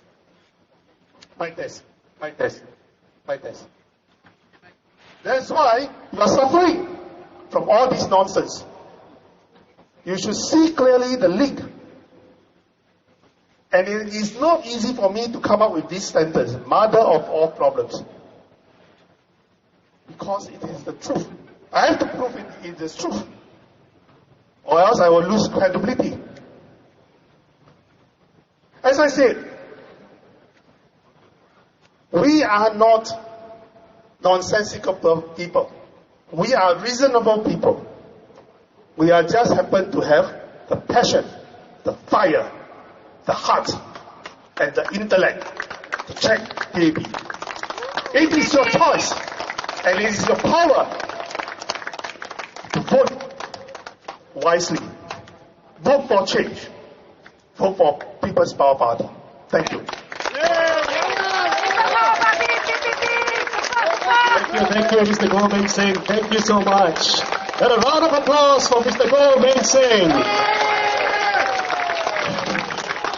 He will continue on with the second segment of his speech a bit later. I want to take this opportunity to tell the audience, supporters, whoever is here today, please buy our merchandise at the allocated booth at those two corners, so we can have more fun. This is Happy TV. And also, we need volunteers. We're at CHOA CHU KANG now, where the People's Power Rally is holding.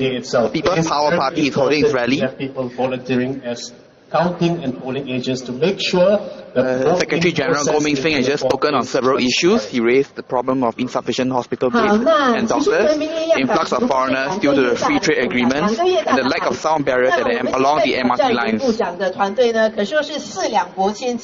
所以我们在现在这里呢，真的是非常需要大家的支持，才能茁壮成长，更好的为大家服务，更好的制衡行动党。所以我们其实已经在舞台的旁边，也就是靠近篮球场的这个地方设立了柜台，那我们也在那里售卖我们的党旗和其他物品，希望大家可以多多支持我们。除此之外呢，我们在投票日当天也需要更多的监票员来监督投票和算票的过程。因为坦白说，虽然这些年来公务员的态度已经改善了很多，可是整个选举的过程对反对党还不是100%公平的，所以我们真的是需要大家在场监督整个过程，才能够确保每一张投给人民力量党的票真的是放进人民力量党的箱子里面。所以如果有兴趣的人士，如果你有兴趣扮演监票员的角色，请到柜台那里登记你们的资料。Our next speaker is also a candidate for CHOA CHU KANG GRC. He may be new to politics, but this 42-year-old property consultant has a wealth of experience in the real estate sector. And if elected, he will surely be able to offer constructive proposals to improve public housing policies for Singaporeans. He used to be a trained software engineer, having graduated with a degree in computer science from the University of Wales. But he made a career switch 8 years ago, as he preferred to communicate with people from all walks of life.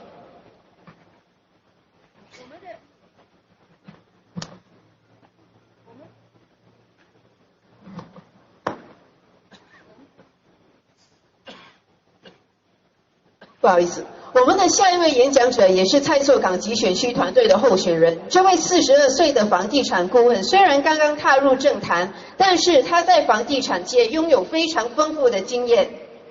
一旦中选，肯定能提供有建设性的提议，为新加坡人改善公共房屋政策。他拥有威尔斯大学电脑科学系文凭，曾经是软件工程师，但是在8年前改行涉入房地产界，从此也开阔了视野。让我们有请一姿士李子旭上前为我们致辞。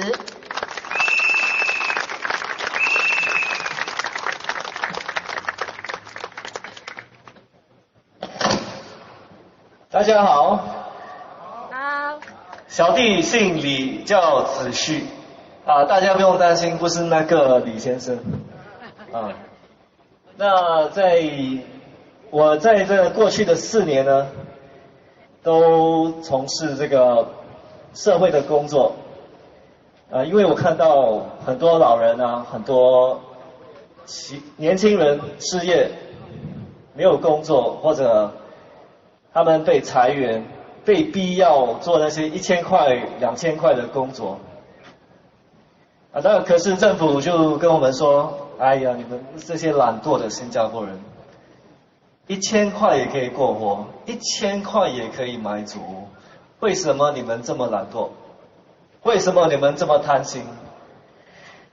可是事实上不是这样的，因为我的社会的工作告诉我，他们不是不愿意拿到低的薪水，如果他们拿低的薪水，他们每个月的账单，他要缴的房屋的费、水电费、上网费，还有学校的杂费，还有学费，加起来都要几千块，所以1-2000块怎么可以养活全家？可以不可以？不可以。他说你们贪心，他说你们自私，是不是对的？不对。他们比较臭。然后你知道，穷人要拿这个 public assistance， 就是说每个月的大概200-300块的津贴补助。你知道要填多少表格吗？猜，5个、10个、15、20、30，猜几个10个啦。啊？10个差不多。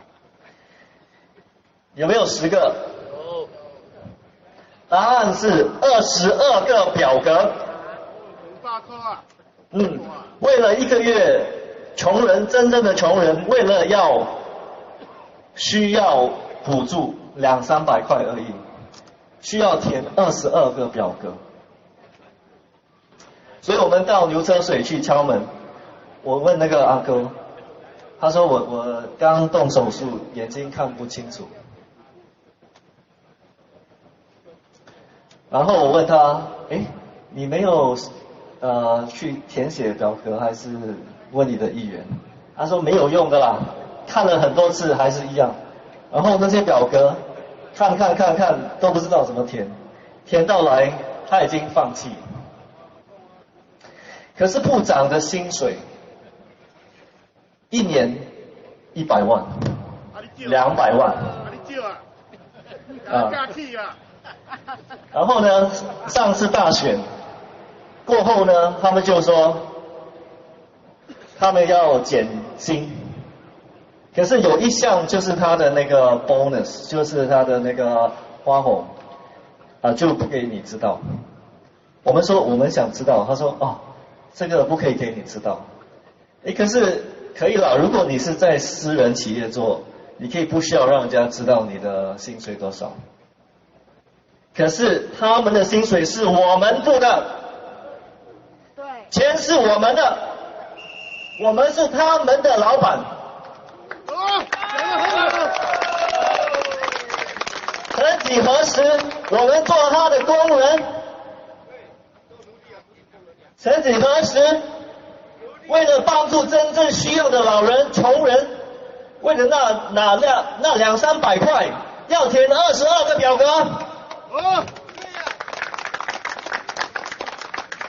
他其他的薪水，他有没有填一份表格？讲一句话就可以。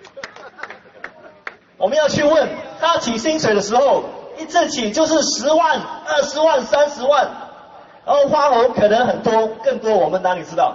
对啊。我问他有没有填什么表格，表格拿来看，拿出来看，你为什么要起薪？然后我们知道我们在企业做工，我们都是专业人士，文明的社会，我们有一个 HR 的一个制度，就是就是管理这个企业这个人力的那个部门，对不对？如果你的表现好，就加薪。然后他可能有很多表格要填，OK， 这项 A 你做的不错，你找到 tick， 然后呢，你的工人都开心 ，OK tick 一下。然后呢，你的同事有没有说你好 tick 一下？那这样子才可以加薪。如果做的不好，就打叉，对不对？对。这个应该是 common HR practice， 对吗？对。那他们的那个表格拿出来看呢，是不是好？是不是他给自己打勾？我做得很好，GDP 起打勾我今年很多有钱人加薪打勾，房价起打勾，车价起打勾，这个叫做他们的 GDP。好，那可是在澳洲呢？澳洲因为他们有媒体自由嘛，所以媒体自由呢，所以他们的媒体呢就有一个 report card， 就是报账表，就是呈报他们到底做得好还是不好。所以他这个一个很好的国家呢，他就是给政府打勾。所以如果政府做得好，他打一个勾；政府做得不好，他打一个叉。所以澳洲的人民呢，可以清楚的看到，通过报章跟专业人士的审查，他们可以知道到底他们的政府是做得好还是不好。那新加坡呢？你有看过我们的报纸有这样的报表吗？有没有看过？有，他讲 PPP 好。他们讲什么都好。当经济垮的时候，他说是全球的问题。那当经济起的时候呢，他说是他们的功劳，是不是这样？然后当地铁出问题，他就说你们要给我们多一点时间。已经给很多时间了，还是要更多时间，50年了其实。不是王挺章先生，我们敬爱的这个王挺章总理，他推行这个 MRT， 我们到现在可能要建 MRT 要很贵很贵的价钱。然后呢，你们知道说，他们说这一次那个吕德耀先生，他不是自动辞职对吗？对。然后他就那个 PPP 的那个牌不是掉歪了对吗？对。所以因为他现在很闲空，所以他要去把它调回来了。那你知道部长的薪水大概一天多少吗？1000了。1万。1000了。大概是总理我们大概算过，可能是1万左右。哇。一天呢1万。然后呢，部长应该是5000到1万左右，因为以前我在银行做这个程序员，所以我们有算过员工每一个小时，他公司要付他多少钱。所以如果他去挂那个牌我们付他的薪水，如果5000到1万呢，花1个2小时去做，所以挂那个牌调回去，最少要1000到2000块啊，老兄。1000到2000块，可以装很多很多牌了，可能可以整条街、2条街、3条街都可以挂。所以你们知道，在上届大选，他们说李显龙跟你说，我们很抱歉在大选前跟你们抱歉，我们发誓一定会做好。那我们后来呢，从2011年到2015年，我们以为他们会做好，对吗？可是呢，后来我的一个朋友告诉我，你知道吗？那个 LTA 那个 Transport Ministry 就是交通部，他们用在地铁维修或者交通维修的那个预算 ，budget for transport， 这4年来从来没有起到。从来没有起到，只有今年起30%，因为大选要来了嘛，是吗？你说那个交通是一个很严重的问题我们一定要看好。只有今年才开始起，你们说这个是一个负责任的政府吗？然后呢，人民的钱放进1 billion 进去交通部给 SMRT， 是我们的钱呢，我们的钱他放进去，那每年呢要赚的钱，他们赚超过1亿100 million， 那是谁赚？你们知道吗？是他们的股东赚。他们的股东是谁呢？谁去买他们的股？还有一些秘密的人那个是让你们去猜，我这边不方便讲。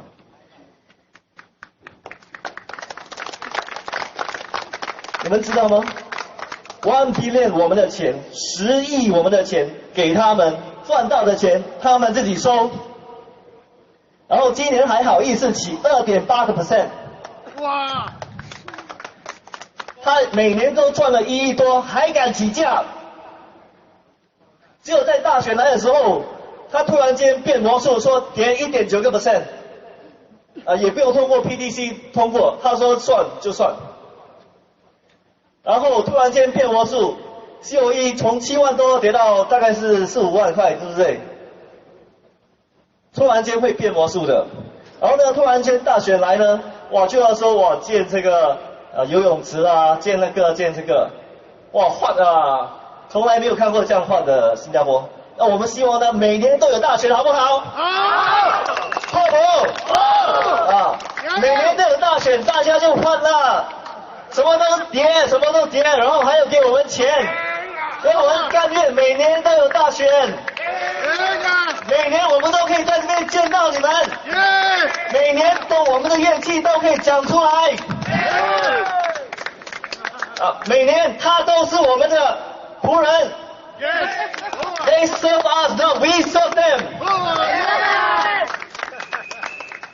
对不对？所以呢，唯有大选，你才有权利；唯有在大选的时候，他们才听你的声音。唯有在大选的时候，他们才怕你手上的那一张票，他们怕你打叉在我们的格子里面，他们怕他们被闪电被劈掉了，他们怕成为历史的一党，他们怕被更好的人替代。因为我们愿意拿一半的薪水都不要捐给人民。如果部长拿100万，我们就捐出50万。如果我们当议员的时候，我们会当全职的议员。我们喜欢你。然后一部分的薪水我们给党，还有一部分就捐出去，给有需要的公民。所以把握你那张神圣的一票，不要看小它，打一个叉在我们的党徽的旁边，一只手还有一把火， for change. Vote for change. 人民力量党，我们代表你的力量，你手上的那把力量。好，谢谢。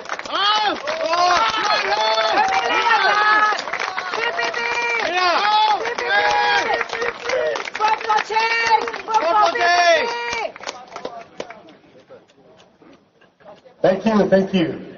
Our next speaker is a candidate for CHOA CHU KANG GRC, and she has come a long way since she first secured her LCCI diploma in accounting and business administration many years ago.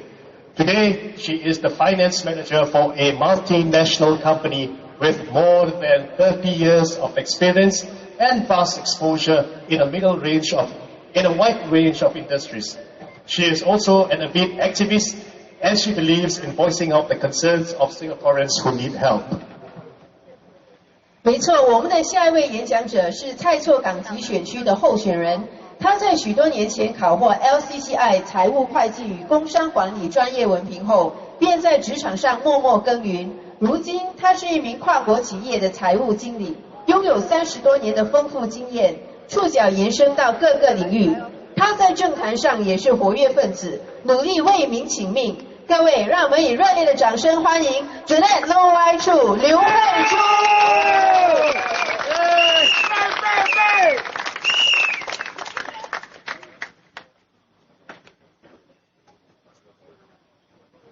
Good evening, fellow Singaporeans. Good evening, residents of CHOA CHU KANG CCK. Thank you for coming here to support us. We are the People's Power Party. My name is Janet Low Y Chu. I'm one of the candidates of this party for CCK GRC. We are here for you. People's power, your power in the parliament. Work for change. Work for change. I'm new at CCK, but I'm a true blue Singaporean. Not a foreign talent to take away your hometown, CCK, and your jobs. I come from Congo. I'm actually an activist at Hong Park. I'm standing together with Roy Ng, Han Hui Hui, Leong Zi-Hian, Gilbert Goh, the human rights lawyer M. Ravi, Leslie Chew, my mentor, Robert Tay, and many activists and our Lauta here of People's Power Party here, Go Meng Sing. Congo East has Alien. Let's make CCK has Aseng and the team. I have given speeches at Hong Park and have been helping up activities at Hong Park. We have been asking a lot of questions at Hong Park, but the ministers have been ignoring us. So, since they are ignoring us, I think we have to get into the parliament to meet them face to face and question them directly. This way, they must answer our questions and cannot run away from the questions. Hope they don't hide into the holes like the rats of Bukit Tato when they see us approaching them.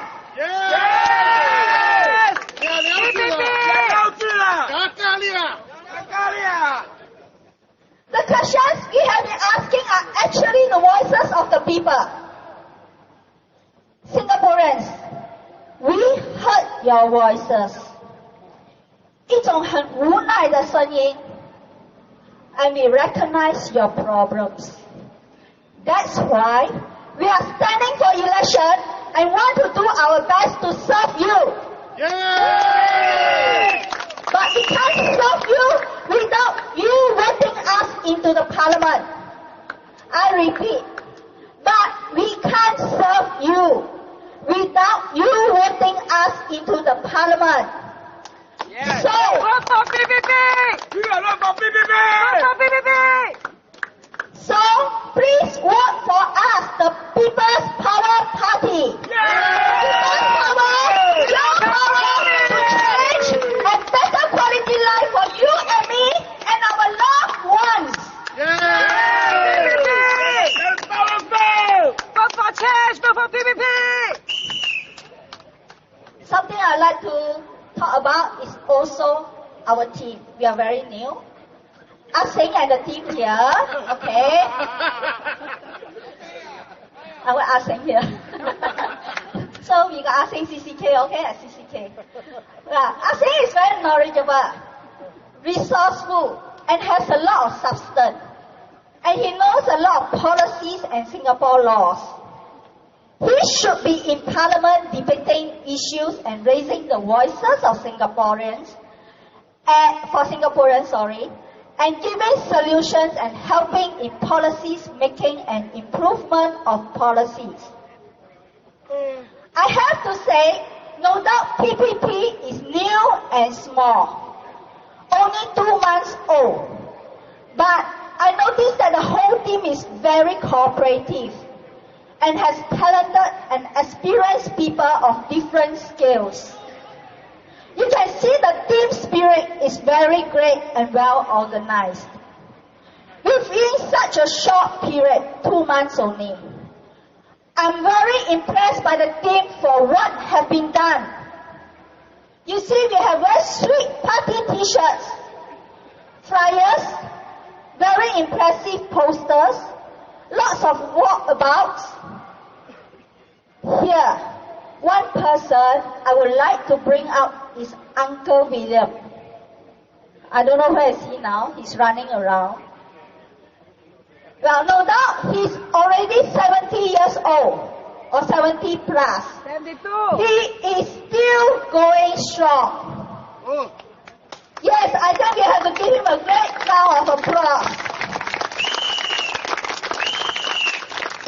His fighting spirit for the people still burning profusely. I have to take my hat off to him. His passion for wanting more voices in Parliament touches my heart. I hope his passion for the people touches your hearts too.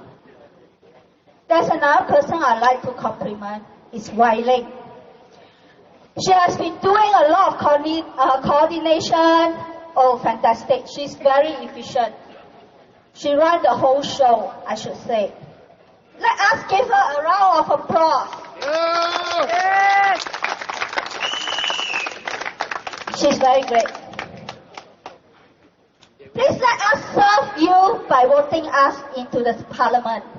And then we can prove to you that we are doing our jobs to serve you. I have to say, this team is a great, efficient team.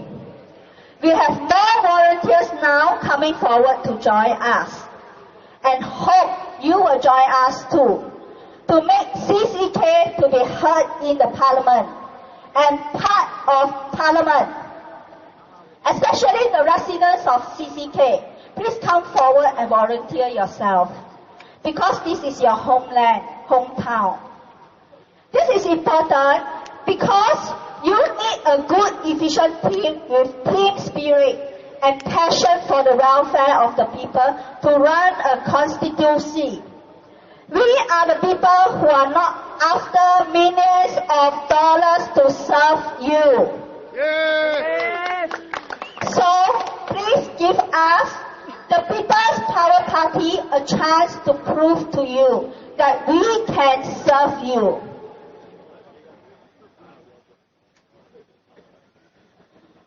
The next issue I'd like to talk about is actually, do you want to pay to serve masters or expecting servants to serve us? You have to work wisely. Okay? Do you want to work for master of the people? The so-called natural aristocrats. I thought we are founded on the principles of meritocracy instead of aristocracy. Some people were wondering, what do you mean by master? Let me explain. Master means you pay them millions of dollars, but not serving you. Instead, you are serving them. Coming with big cars waiting for people to open their car doors, then get out, shake hands and wave to people with many bodyguards around them, cannot get close to them, cannot approach them and speak to them. Having traffic police to clear the roads for them, one of the priority roles of our traffic police is to clear the road for the VVIPs. So, will the VVIPs realize that we are facing such serious problems of traffic jams? No. You cry father, cry mother, okay? Alright, okay. Let's put up the COE. Let's put more ERP. Ask yourself, did they solve the traffic jams problem? No. Or did this burn bigger holes in your pocket? I have statistics here that our PM is the highest paid in the world. Higher than Obama. Obama nothing.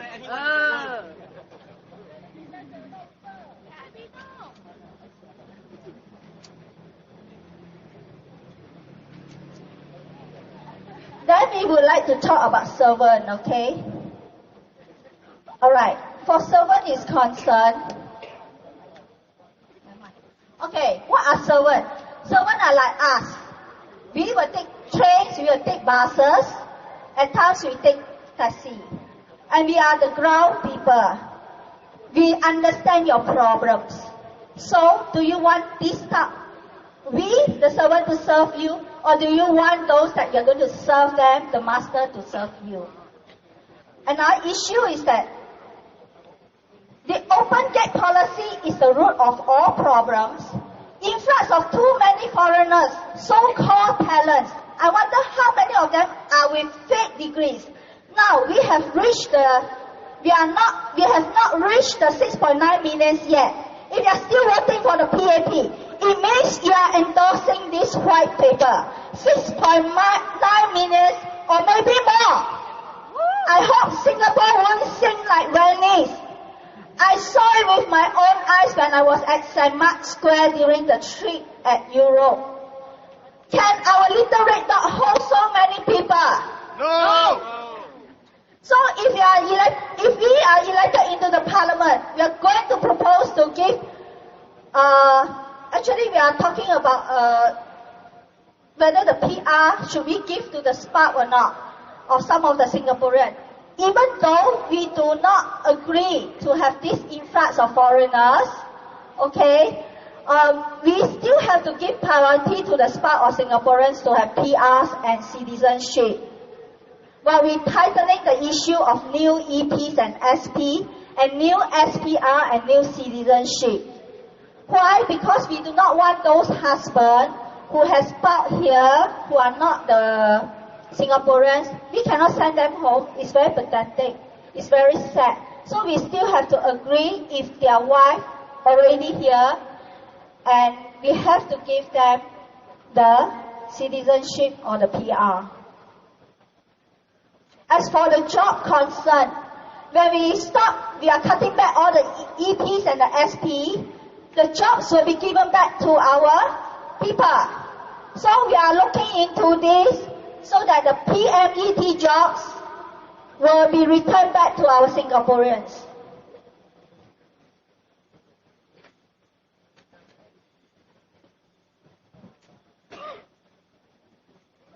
For this issue of how we are going to look into the EP, SP, SPR or citizenship for the new citizen, we need to liaise with the Ministry of Manpower to obtain data on this, to work on it. We also need to liaise with the Immigration Department to obtain data on issuing SPR and Singapore citizenship to the foreigners to work on it. At the moment, there's no transparency on many issues, so we can't work on that. One thing I would like to point out is about the policy making and solution to solve many problems we are facing now. Tonight, we are here to talk about that. Before I start proposing of bills to be passed as policy or laws, may I know how much do you understand regarding Singapore laws and policy?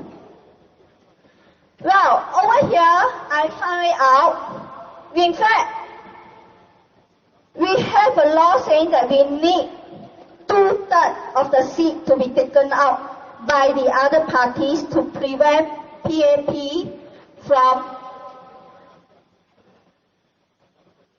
Sorry, we have a law here about we need 2/3 of the parliament seats.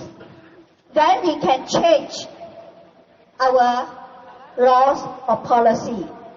So, we need you to vote the opposition in as many as possible into the parliament so that we can prevent PAP government from formulating policies as and when they like without robust debates and resistance from the voices of the people.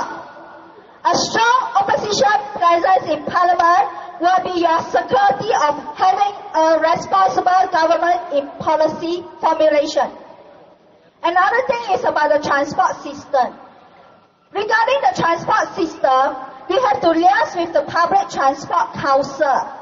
Really the engagement of professional engineers to run the transport system, not the generals or the non-expertise running the system.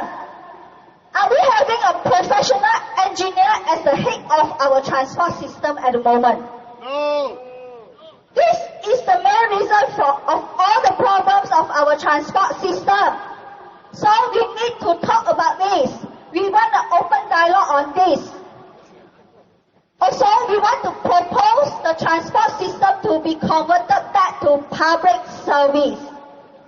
In the first place, why so many of our public services have been converted to private profit-making organizations? They are funded by the taxpayers.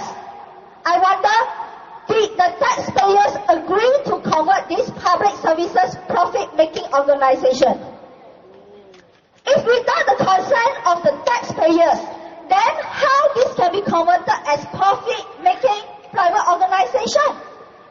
This issue needs to be brought up and look into it to convert that to public service if we are elected into the parliament. Next thing is the GST. You want to increase the GST? No. Everyone? No. Happy to pay? No. So, you know what you are supposed to do?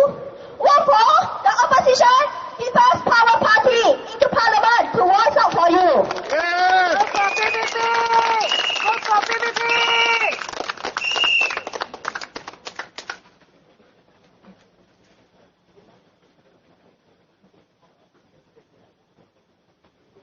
The next issue is about, well, people might not happy about me talking, but I have talked about it during when I'm at Hong Lim Park.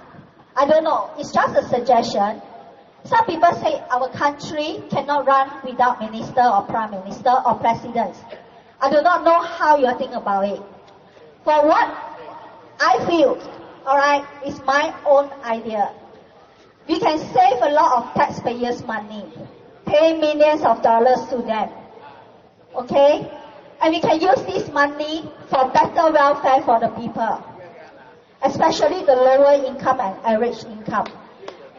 This can be an open dialogue. If you think you like that idea, why not voice it out? Okay? So if we do not have minister, prime minister or president, we can use the money not only for the welfare of the people, we can also propose lower income taxes, or we can use the money to pay conservancy charges for all Singaporeans owing HDB flats. I do not know how you feel about that, okay? Anyway, Singapore is a small island. We don't need to pay millions of dollars to all these VVIPs to run such a small island. Do you agree? Yes. Say yes. Yes. We can just need is and the people. Yes. That's why we say people's power. Yes. Your power to Parliament.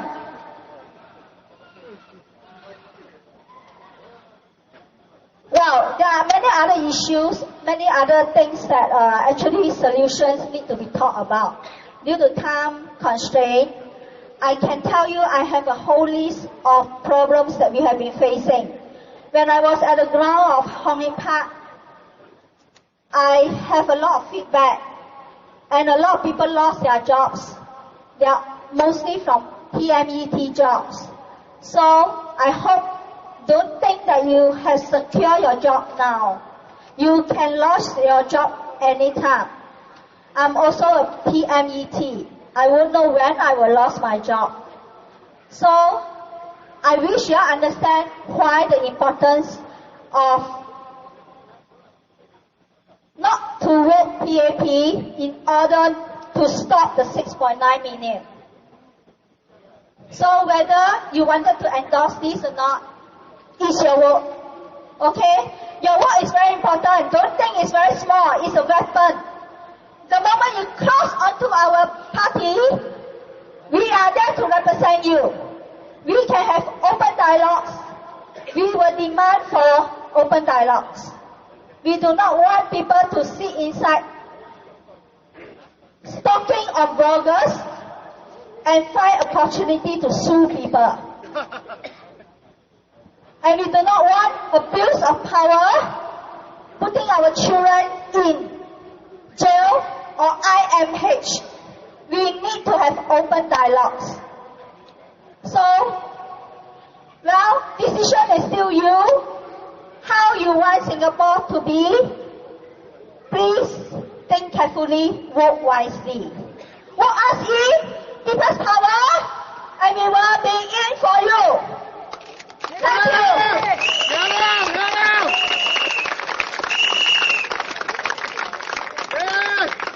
Thank you. Thank you, Jeanette.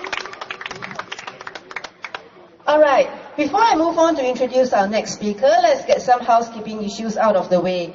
All right, once again, if any of you wish to go to the washroom, please use the washroom at CHOA CHU KANG Community Center because the washroom in this school is not available for public use. We are sorry about that. All right, and our next speaker is a familiar face in the Malay community, having served in the Motivasi Youth Association and Malay Youth Literary Association, otherwise known as 4PM, as the Vice President. He first joined opposition politics in 2009 and first contested in the 2011 election as part of the Tampines team led by Meng Seng. After graduating with a degree in political science and Malay studies from the National University of Singapore, he went on to make his mark in market research. Currently, he is the director and managing consultant of his own company in the pharmaceutical industry. So, he is all ready to offer good ideas to raise the quality of healthcare in Singapore should Health Minister Gan Kim Yong agree to a policy debate with the PPP's CHOA CHU KANG team. But that's a very big if. We are not sure if that's going to happen. Alright, so Farin is also the founding chairman of PPP and one of the candidates in the CHOA CHU KANG team. So without further ado, let me hand the mic over to Farin bin Sari.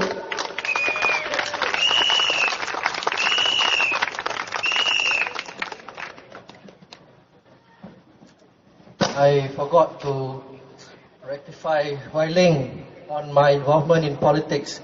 2009 was when Meng Seng chased me. My enigmatic involvement, my mysterious involvement in politics in Singapore began when I was 17. 大家好，你们吃饱了没有？大家要吃饱吃好，才能身体健康。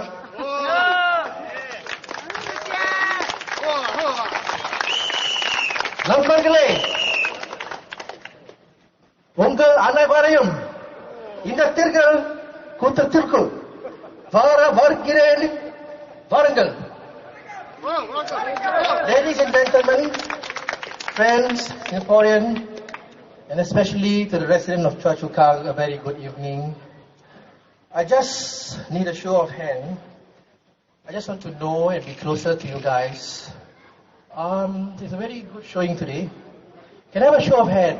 The people of Teck Whye. Kiat Hong. CHOA CHU KANG. Bukit Gombak. And not forgetting, we must never ever forget Nanyang. Where are you? We have been to Nanyang a few times actually, and we will go there again. So you'll be seeing more of us. I am here, standing as a minority representation and not play communal politics. Bear that in mind.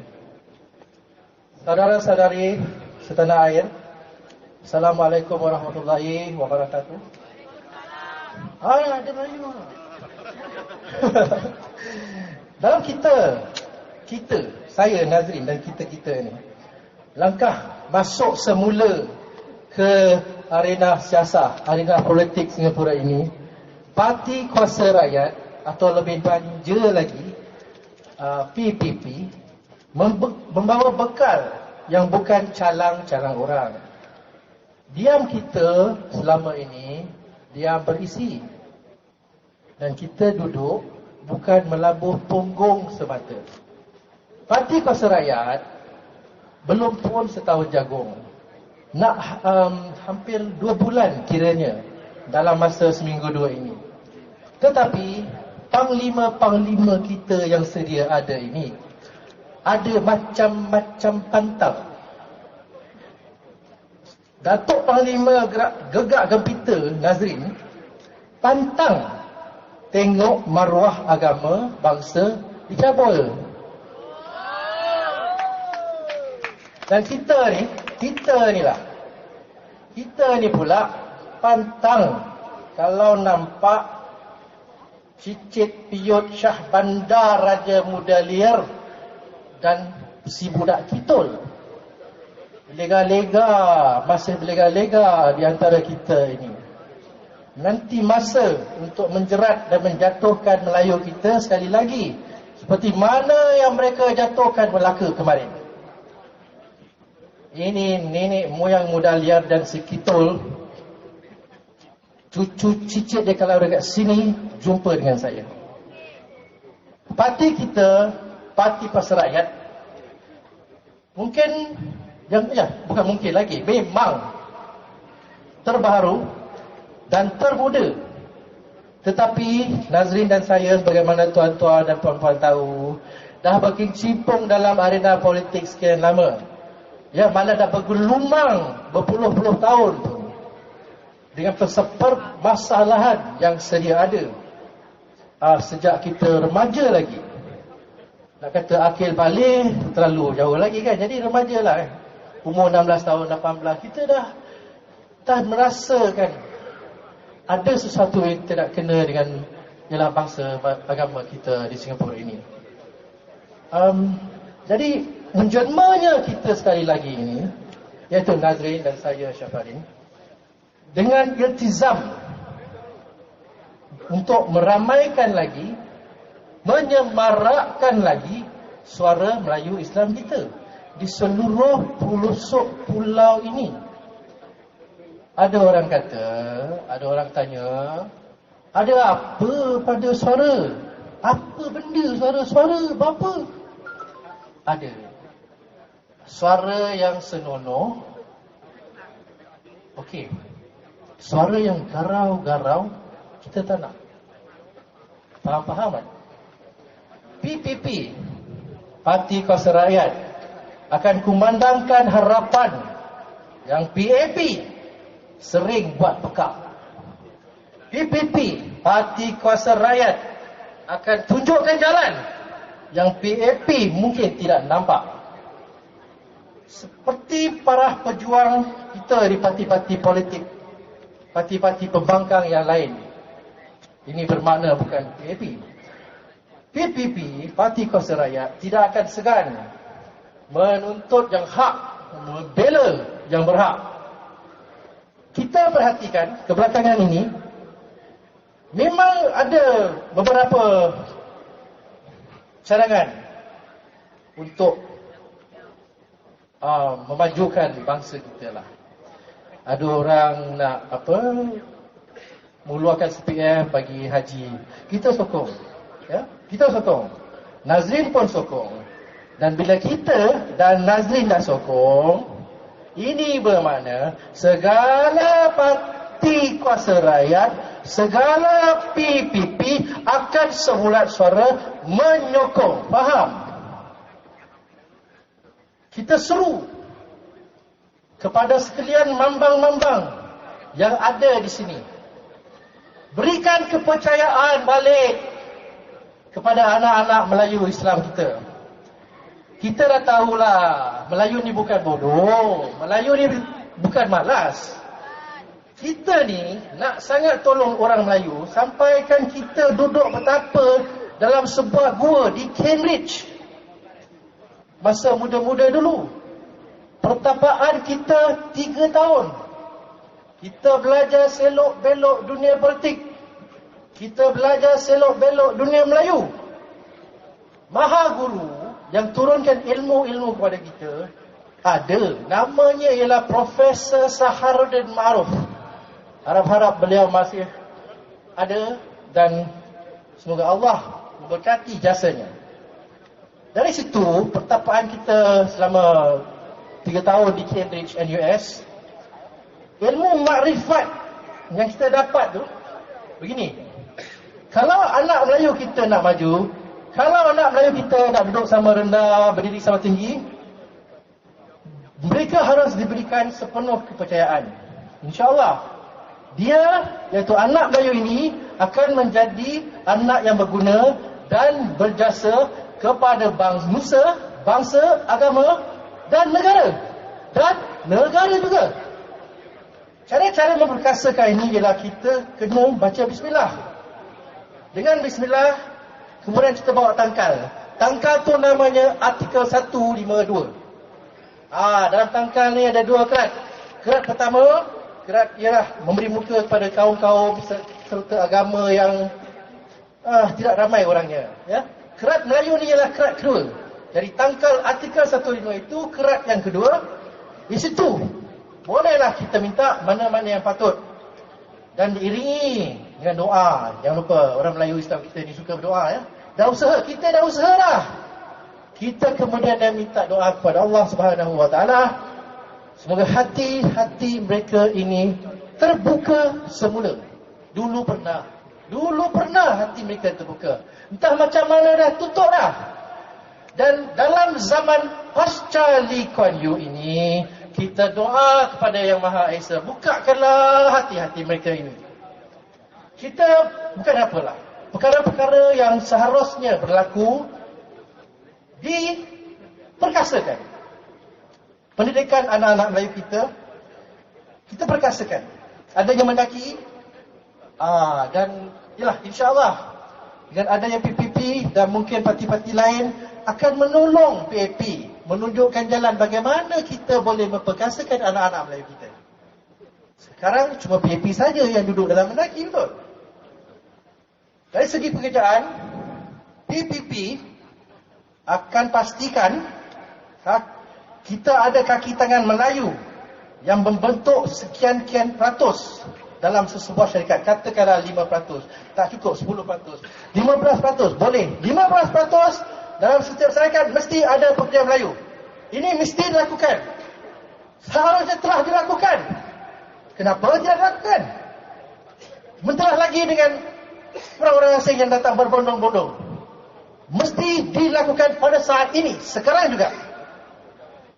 Dan dalam memperkatakan tentang penjawat awam, kita ucapkan Alhamdulillah lah, Encik Mas Agus telah pun menempah sejarah dengan menjadi Menteri Kabinet yang kedua bagi masyarakat Melayu Islam kita pada satu masa.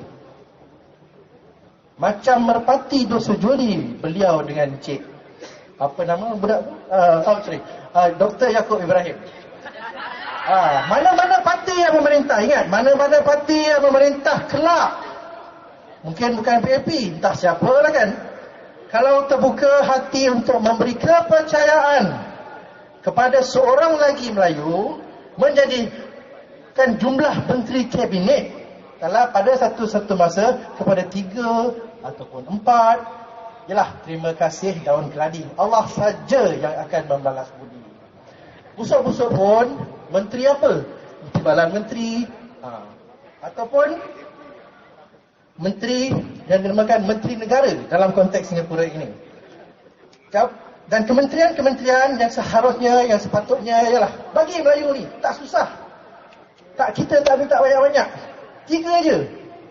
Ihwal luar, ihwal dalam dan pendidikan. Ini 3 Melayu kita handal-handal baga, kasihlah.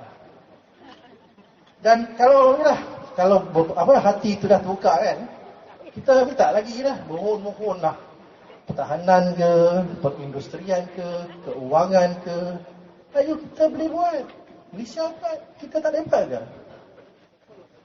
Dan kalau hati itu terbuka luas, Tuhan memberi hidayah sebanyak-banyaknya kepada mereka ini.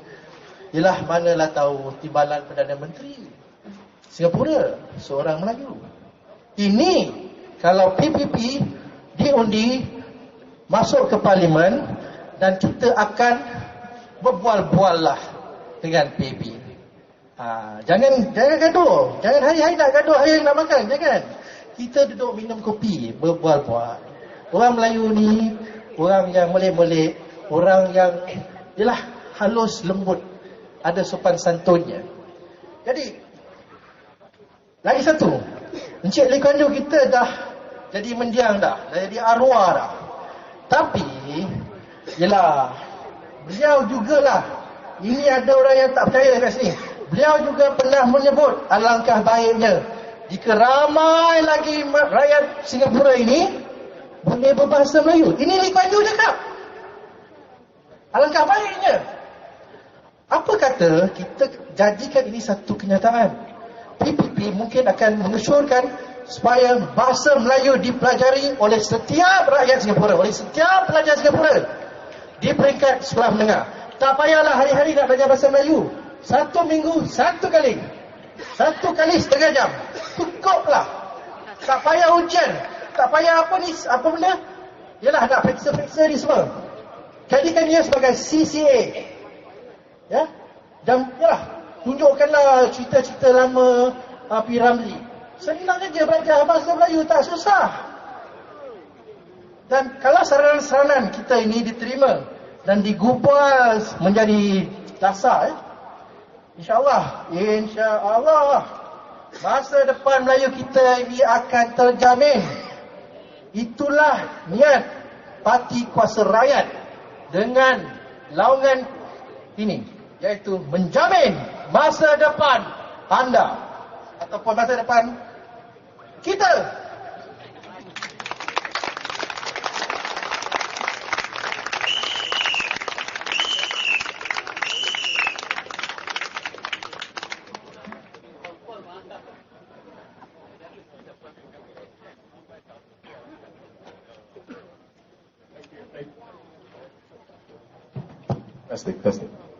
Thank you so much, Shafari.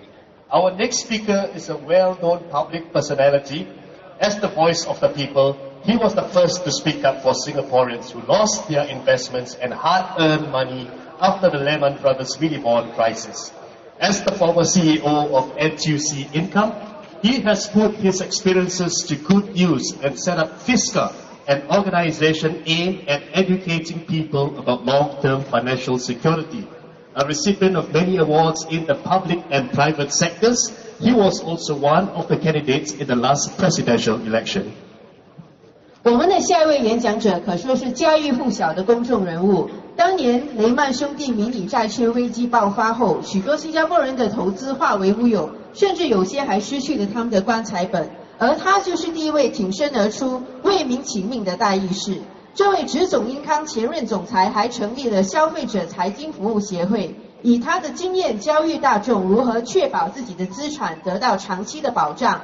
他在公共和私人领域曾荣获许多奖项，而如果你们还记得人民之声这个口号，就会记得他是上届总统大选的其中一位候选人。让我们以最热烈的掌声来欢迎 Mr. Tan Kim Lian 陈清亮先生上前为我们致辞。A very good evening to all of you. 大家晚上好。Selamat malam. Now the time is short. I thank you for staying back, and I shall keep my speech maybe 5 or 7 minutes. Well, I'm not standing for election in CHOA CHU KANG. You heard the 4 candidates. I'm here to share with you why you should vote for the People's Power Party. Now, this general election is a good time for us to vote for change. What change do we want? We want a government that listens to the people. We don't want a government that makes their decision in the ivory tower and then pass those decisions that are bad for the people down into your throat.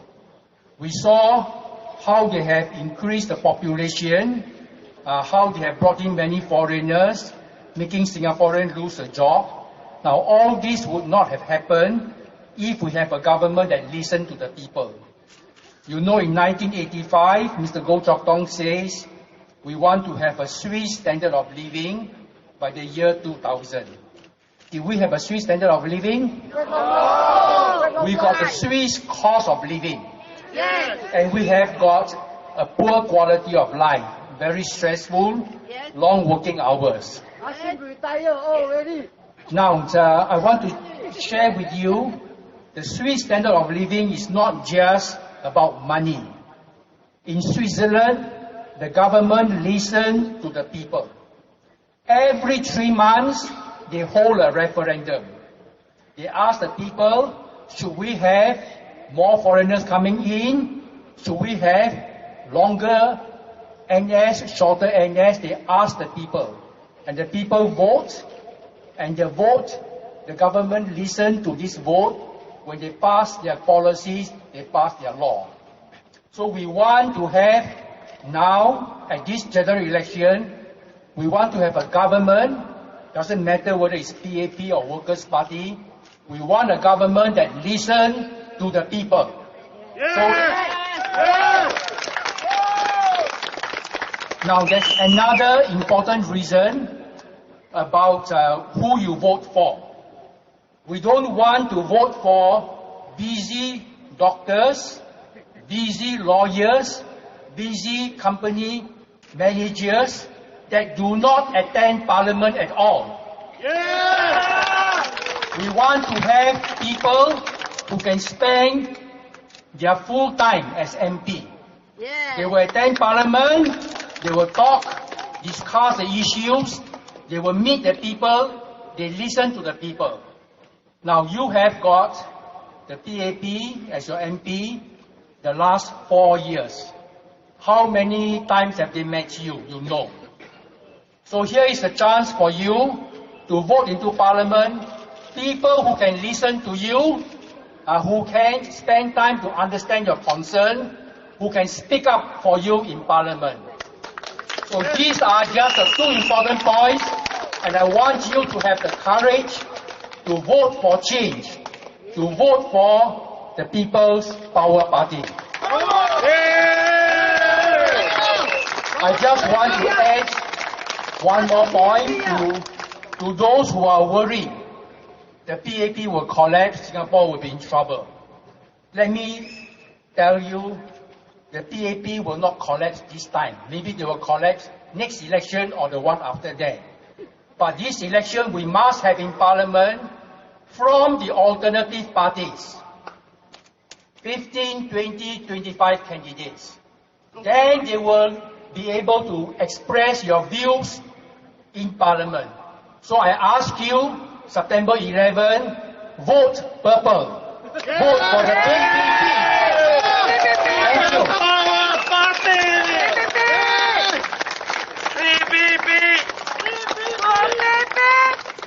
Thank you so much, Mr. Tan, for your inspiring speech. All right, to end off the session for today, may we invite our Secretary General, Mr. Goh Ming Sing, up on stage to address us again. 有请我们的秘书长吴明胜先生。哇，谁呀？高兴啊！耶 ！PPP。我知道严金勇先生是不会跟我谈政治的。I know Mr. Guy will not debate any policies with me. But I still want to shoot him here. Yes. I will pose the question. I pose my solutions. 我会在这边提出我的意见和我的问题，给他去回答。刚才我说过了，建2个土场只花3年，为什么要建单一座医院要花10年，或者甚至15年？这个他要回答我。I've asked just now, build a casino it only takes 3 years for 2 casinos. Why PAP, such an efficient government, need 10 to 15 years to build 1 hospital? That is the question I posed to him. The second question, since our public hospital cannot cope with our population, there's a big crunch. Why is Mr. Gunn allows public hospital to continue medical tourism?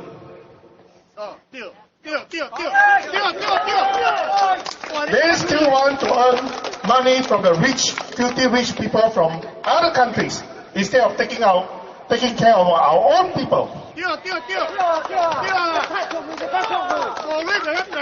既然我们的床位、病床都不足够了，为什么严先生还允许我们本地的公共医院去做医疗旅游这一门生意？虽然是很好赚，赚外国人很有钱的人外国人的钱，但是你自己人都搞不定，还要去赚别人的钱，这是什么道理？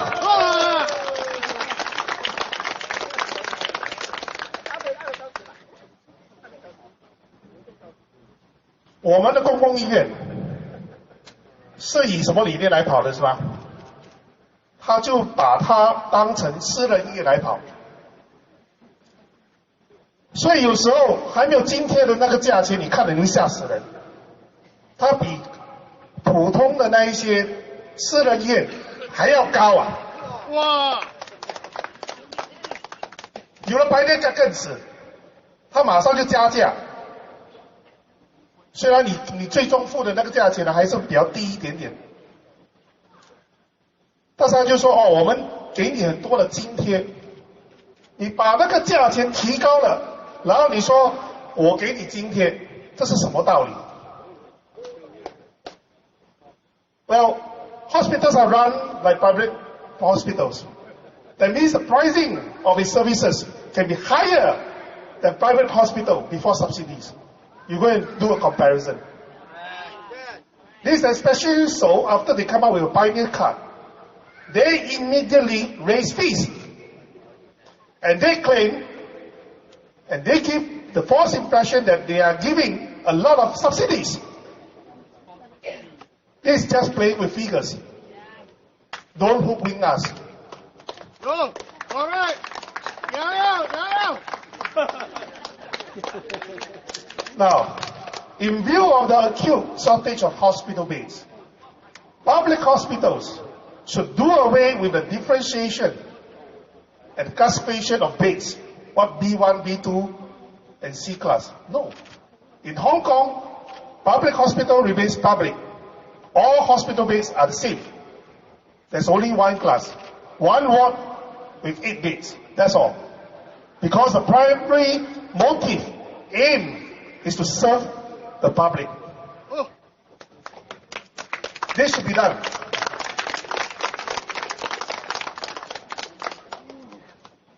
In 香港，他们的医院的病房只有一种，没有 B1、B2、C class 的，就是一种，一间病房有8个床位，就是这样简单。为什么呢？它最主要的宗旨是服务大众，不是拿来赚钱的，这才是公共服务。At this stage, it's very difficult to increase the infrastructure and the necessary healthcare providers, workers. We understand that. I think the only way to solve this problem is to have polyclinics extending its operating hours so to cater to less severe cases. Because most of the old people have problems during the night. You don't send old people all the way to the hospital and wait for 36 hours for a bed. You have a polyclinics running 24 hours with certain beds available. It will solve these problems of beds in hospital. People with less severe cases can go to the polyclinic first instead of hospital straight. This is the only viable, immediate solution to the current problems, which is not our problems. They created it. I'm giving them solution. Good. Well done. 我就说，现在我们的情况是，病房不足够，我们也没有办法，在隔天就起好一个医院了，起一间医院，人员也要被培训嘛。所以为今之计呢，就是把那些综合医院、综合诊疗所延长它的服务的时间，甚至是24小时。因为老人家通常是在晚上才出现问题的，所以比较不严重的情况底下，就送到这个综合诊疗所去医治，你就不会把整个医院给堵塞住了。这是唯一的办法了，来解决这个病床的问题。这个问题是他们造成的，我呢是给他们一个解决方案，看他们能不能接受。严金勇什么都不做，什么都不说，这是解决的方案吗？是拿100万来解决问题。做不烂的，做不烂啊！做不烂，行来行去。另外一个东西，我们有一个叫做 CHAS 的，你们知不知道 ？CHAS， 它是一个 mean test 啊，骗人的。它是说有一个 mean test 的一个卡哦，就是你去综合诊疗所就有一个折扣了啊，更多的津贴。但是问题是，你把这个卡用在综合诊疗所，就把综合诊疗所阻塞住了。你懂要排队要排多久啊？3个小时看一个医生，5分钟。所以这个不是办法，唯有的办法就是把一些私人的诊疗所叫他们加盟。如果有这个卡的老人家去那边看医生的话，他们也得到同样的折扣。这样你就会舒缓了综合诊疗所的那个压力。但是这个要小心哦，有一些私人诊疗所就看到哦，你有这张卡，他也有样学样啊，学政府啊，马上他把它价格提高一点。哦，这个是要不得的，这个要监督的。啊 ，Why I'm saying there's a card called CHAS, which is mean tested, especially for the old people. You go to polyclinic, you go in there, you have a subsidy discount, cheaper, but you always create a problem. People will wait a long time in polyclinic, 3 hours at least, to see a doctor for 5 minutes. So the only solution that we can have is to get a private doctors, GPs, in the neighborhood to sign in the program to serve people with this CHAS so that they get the same subsidies. And you ease off the polyclinics of the long queue. But we must be very mindful because there's already report that there are some people They will increase the prices with people with private card that go to the private doctors. They will increase the prices immediately. I said, from there you discount. They learn from PAP also. So we must be mindful. We have to keep in check, right? So this is the only way to ease off the queue in polyclinic.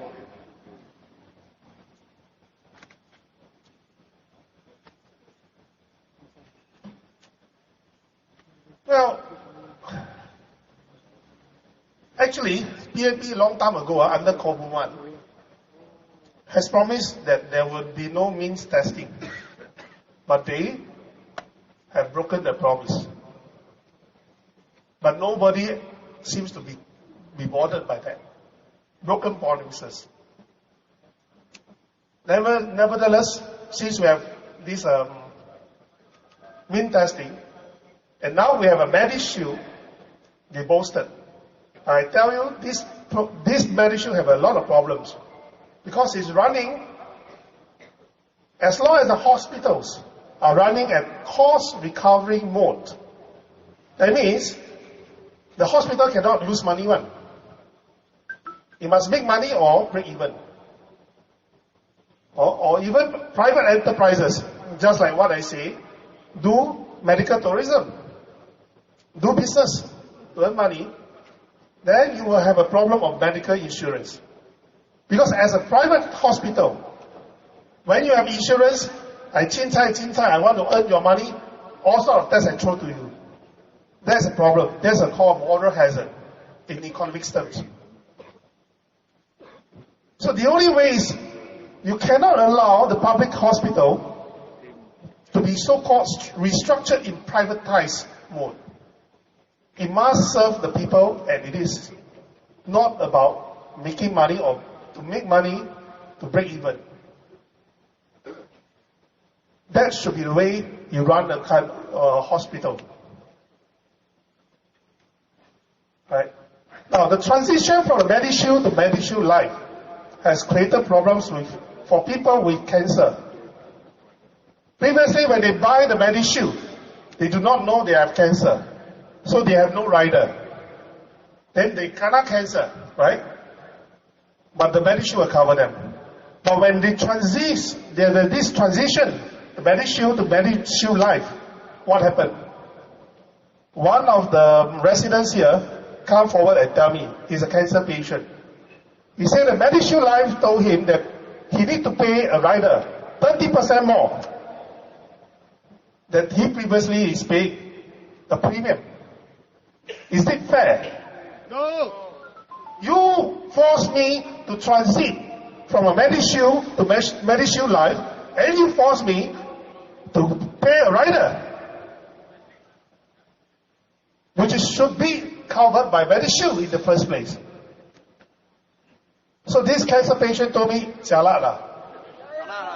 All those with chronic illness and all that, they will have a problem. I will ask Mr. Gan, what are you going to do about it?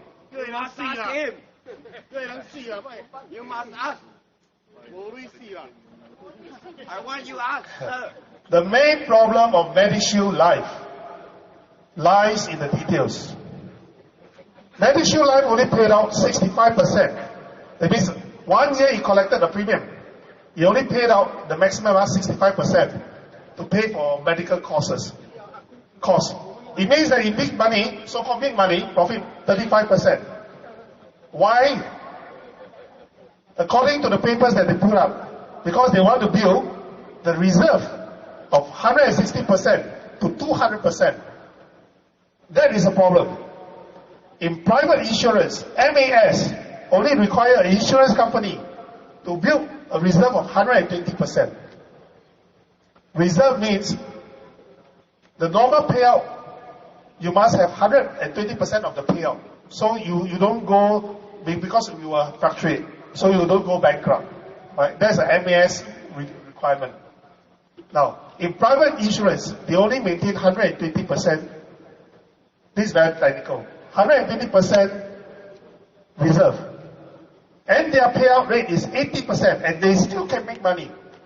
So I want to ask Mr. Gan, Is your MediShield Life out to make money or not? Yeah lah, then. People 80% pay out still make money, you only 65%. What is the logic? You are a public, you are a government insurance scheme. How can it be? Bonus too much already. Sir, you must ask him.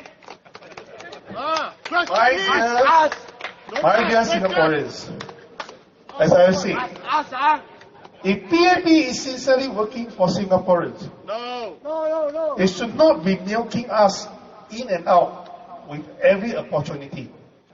Even people with cancer also want to milk. That's the sad state. We are a country. We are not a company. A company, a private company, you can sack anybody if you don't like him. But you are running a country, you cannot say, I don't like you, I will throw you into the sea. Right? How can you run a country like a company?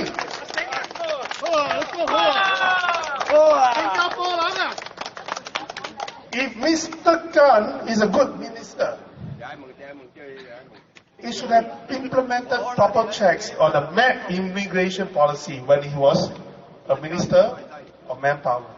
If Mr. Khan is a good minister, he will not come up with MediShield Life that's in every way squeezing us to the max. And the fact is, people who work in Singapore are supposed to contribute to the aging population, right? Yes. He's supposed to supplement the deficit that we are expecting when our people get old, right? But the truth is, they're only interested in the workers' levy for themselves. They didn't make these foreign workers to pay MediShield. They did not contribute to the pool, to cross-subsidize our own people. They should not ask for high levies. They should make these people who enjoy the stability here to pay for MediShield, to help our older people in healthcare costs. Why, Mr. Gan, are you not doing it? I want to ask Mr. Gan. It is your choice.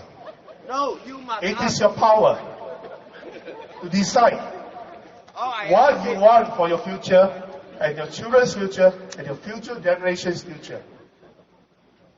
I cannot force you to vote for me. We vote for you. We vote. I hope you can vote for me. Thank you. Good night.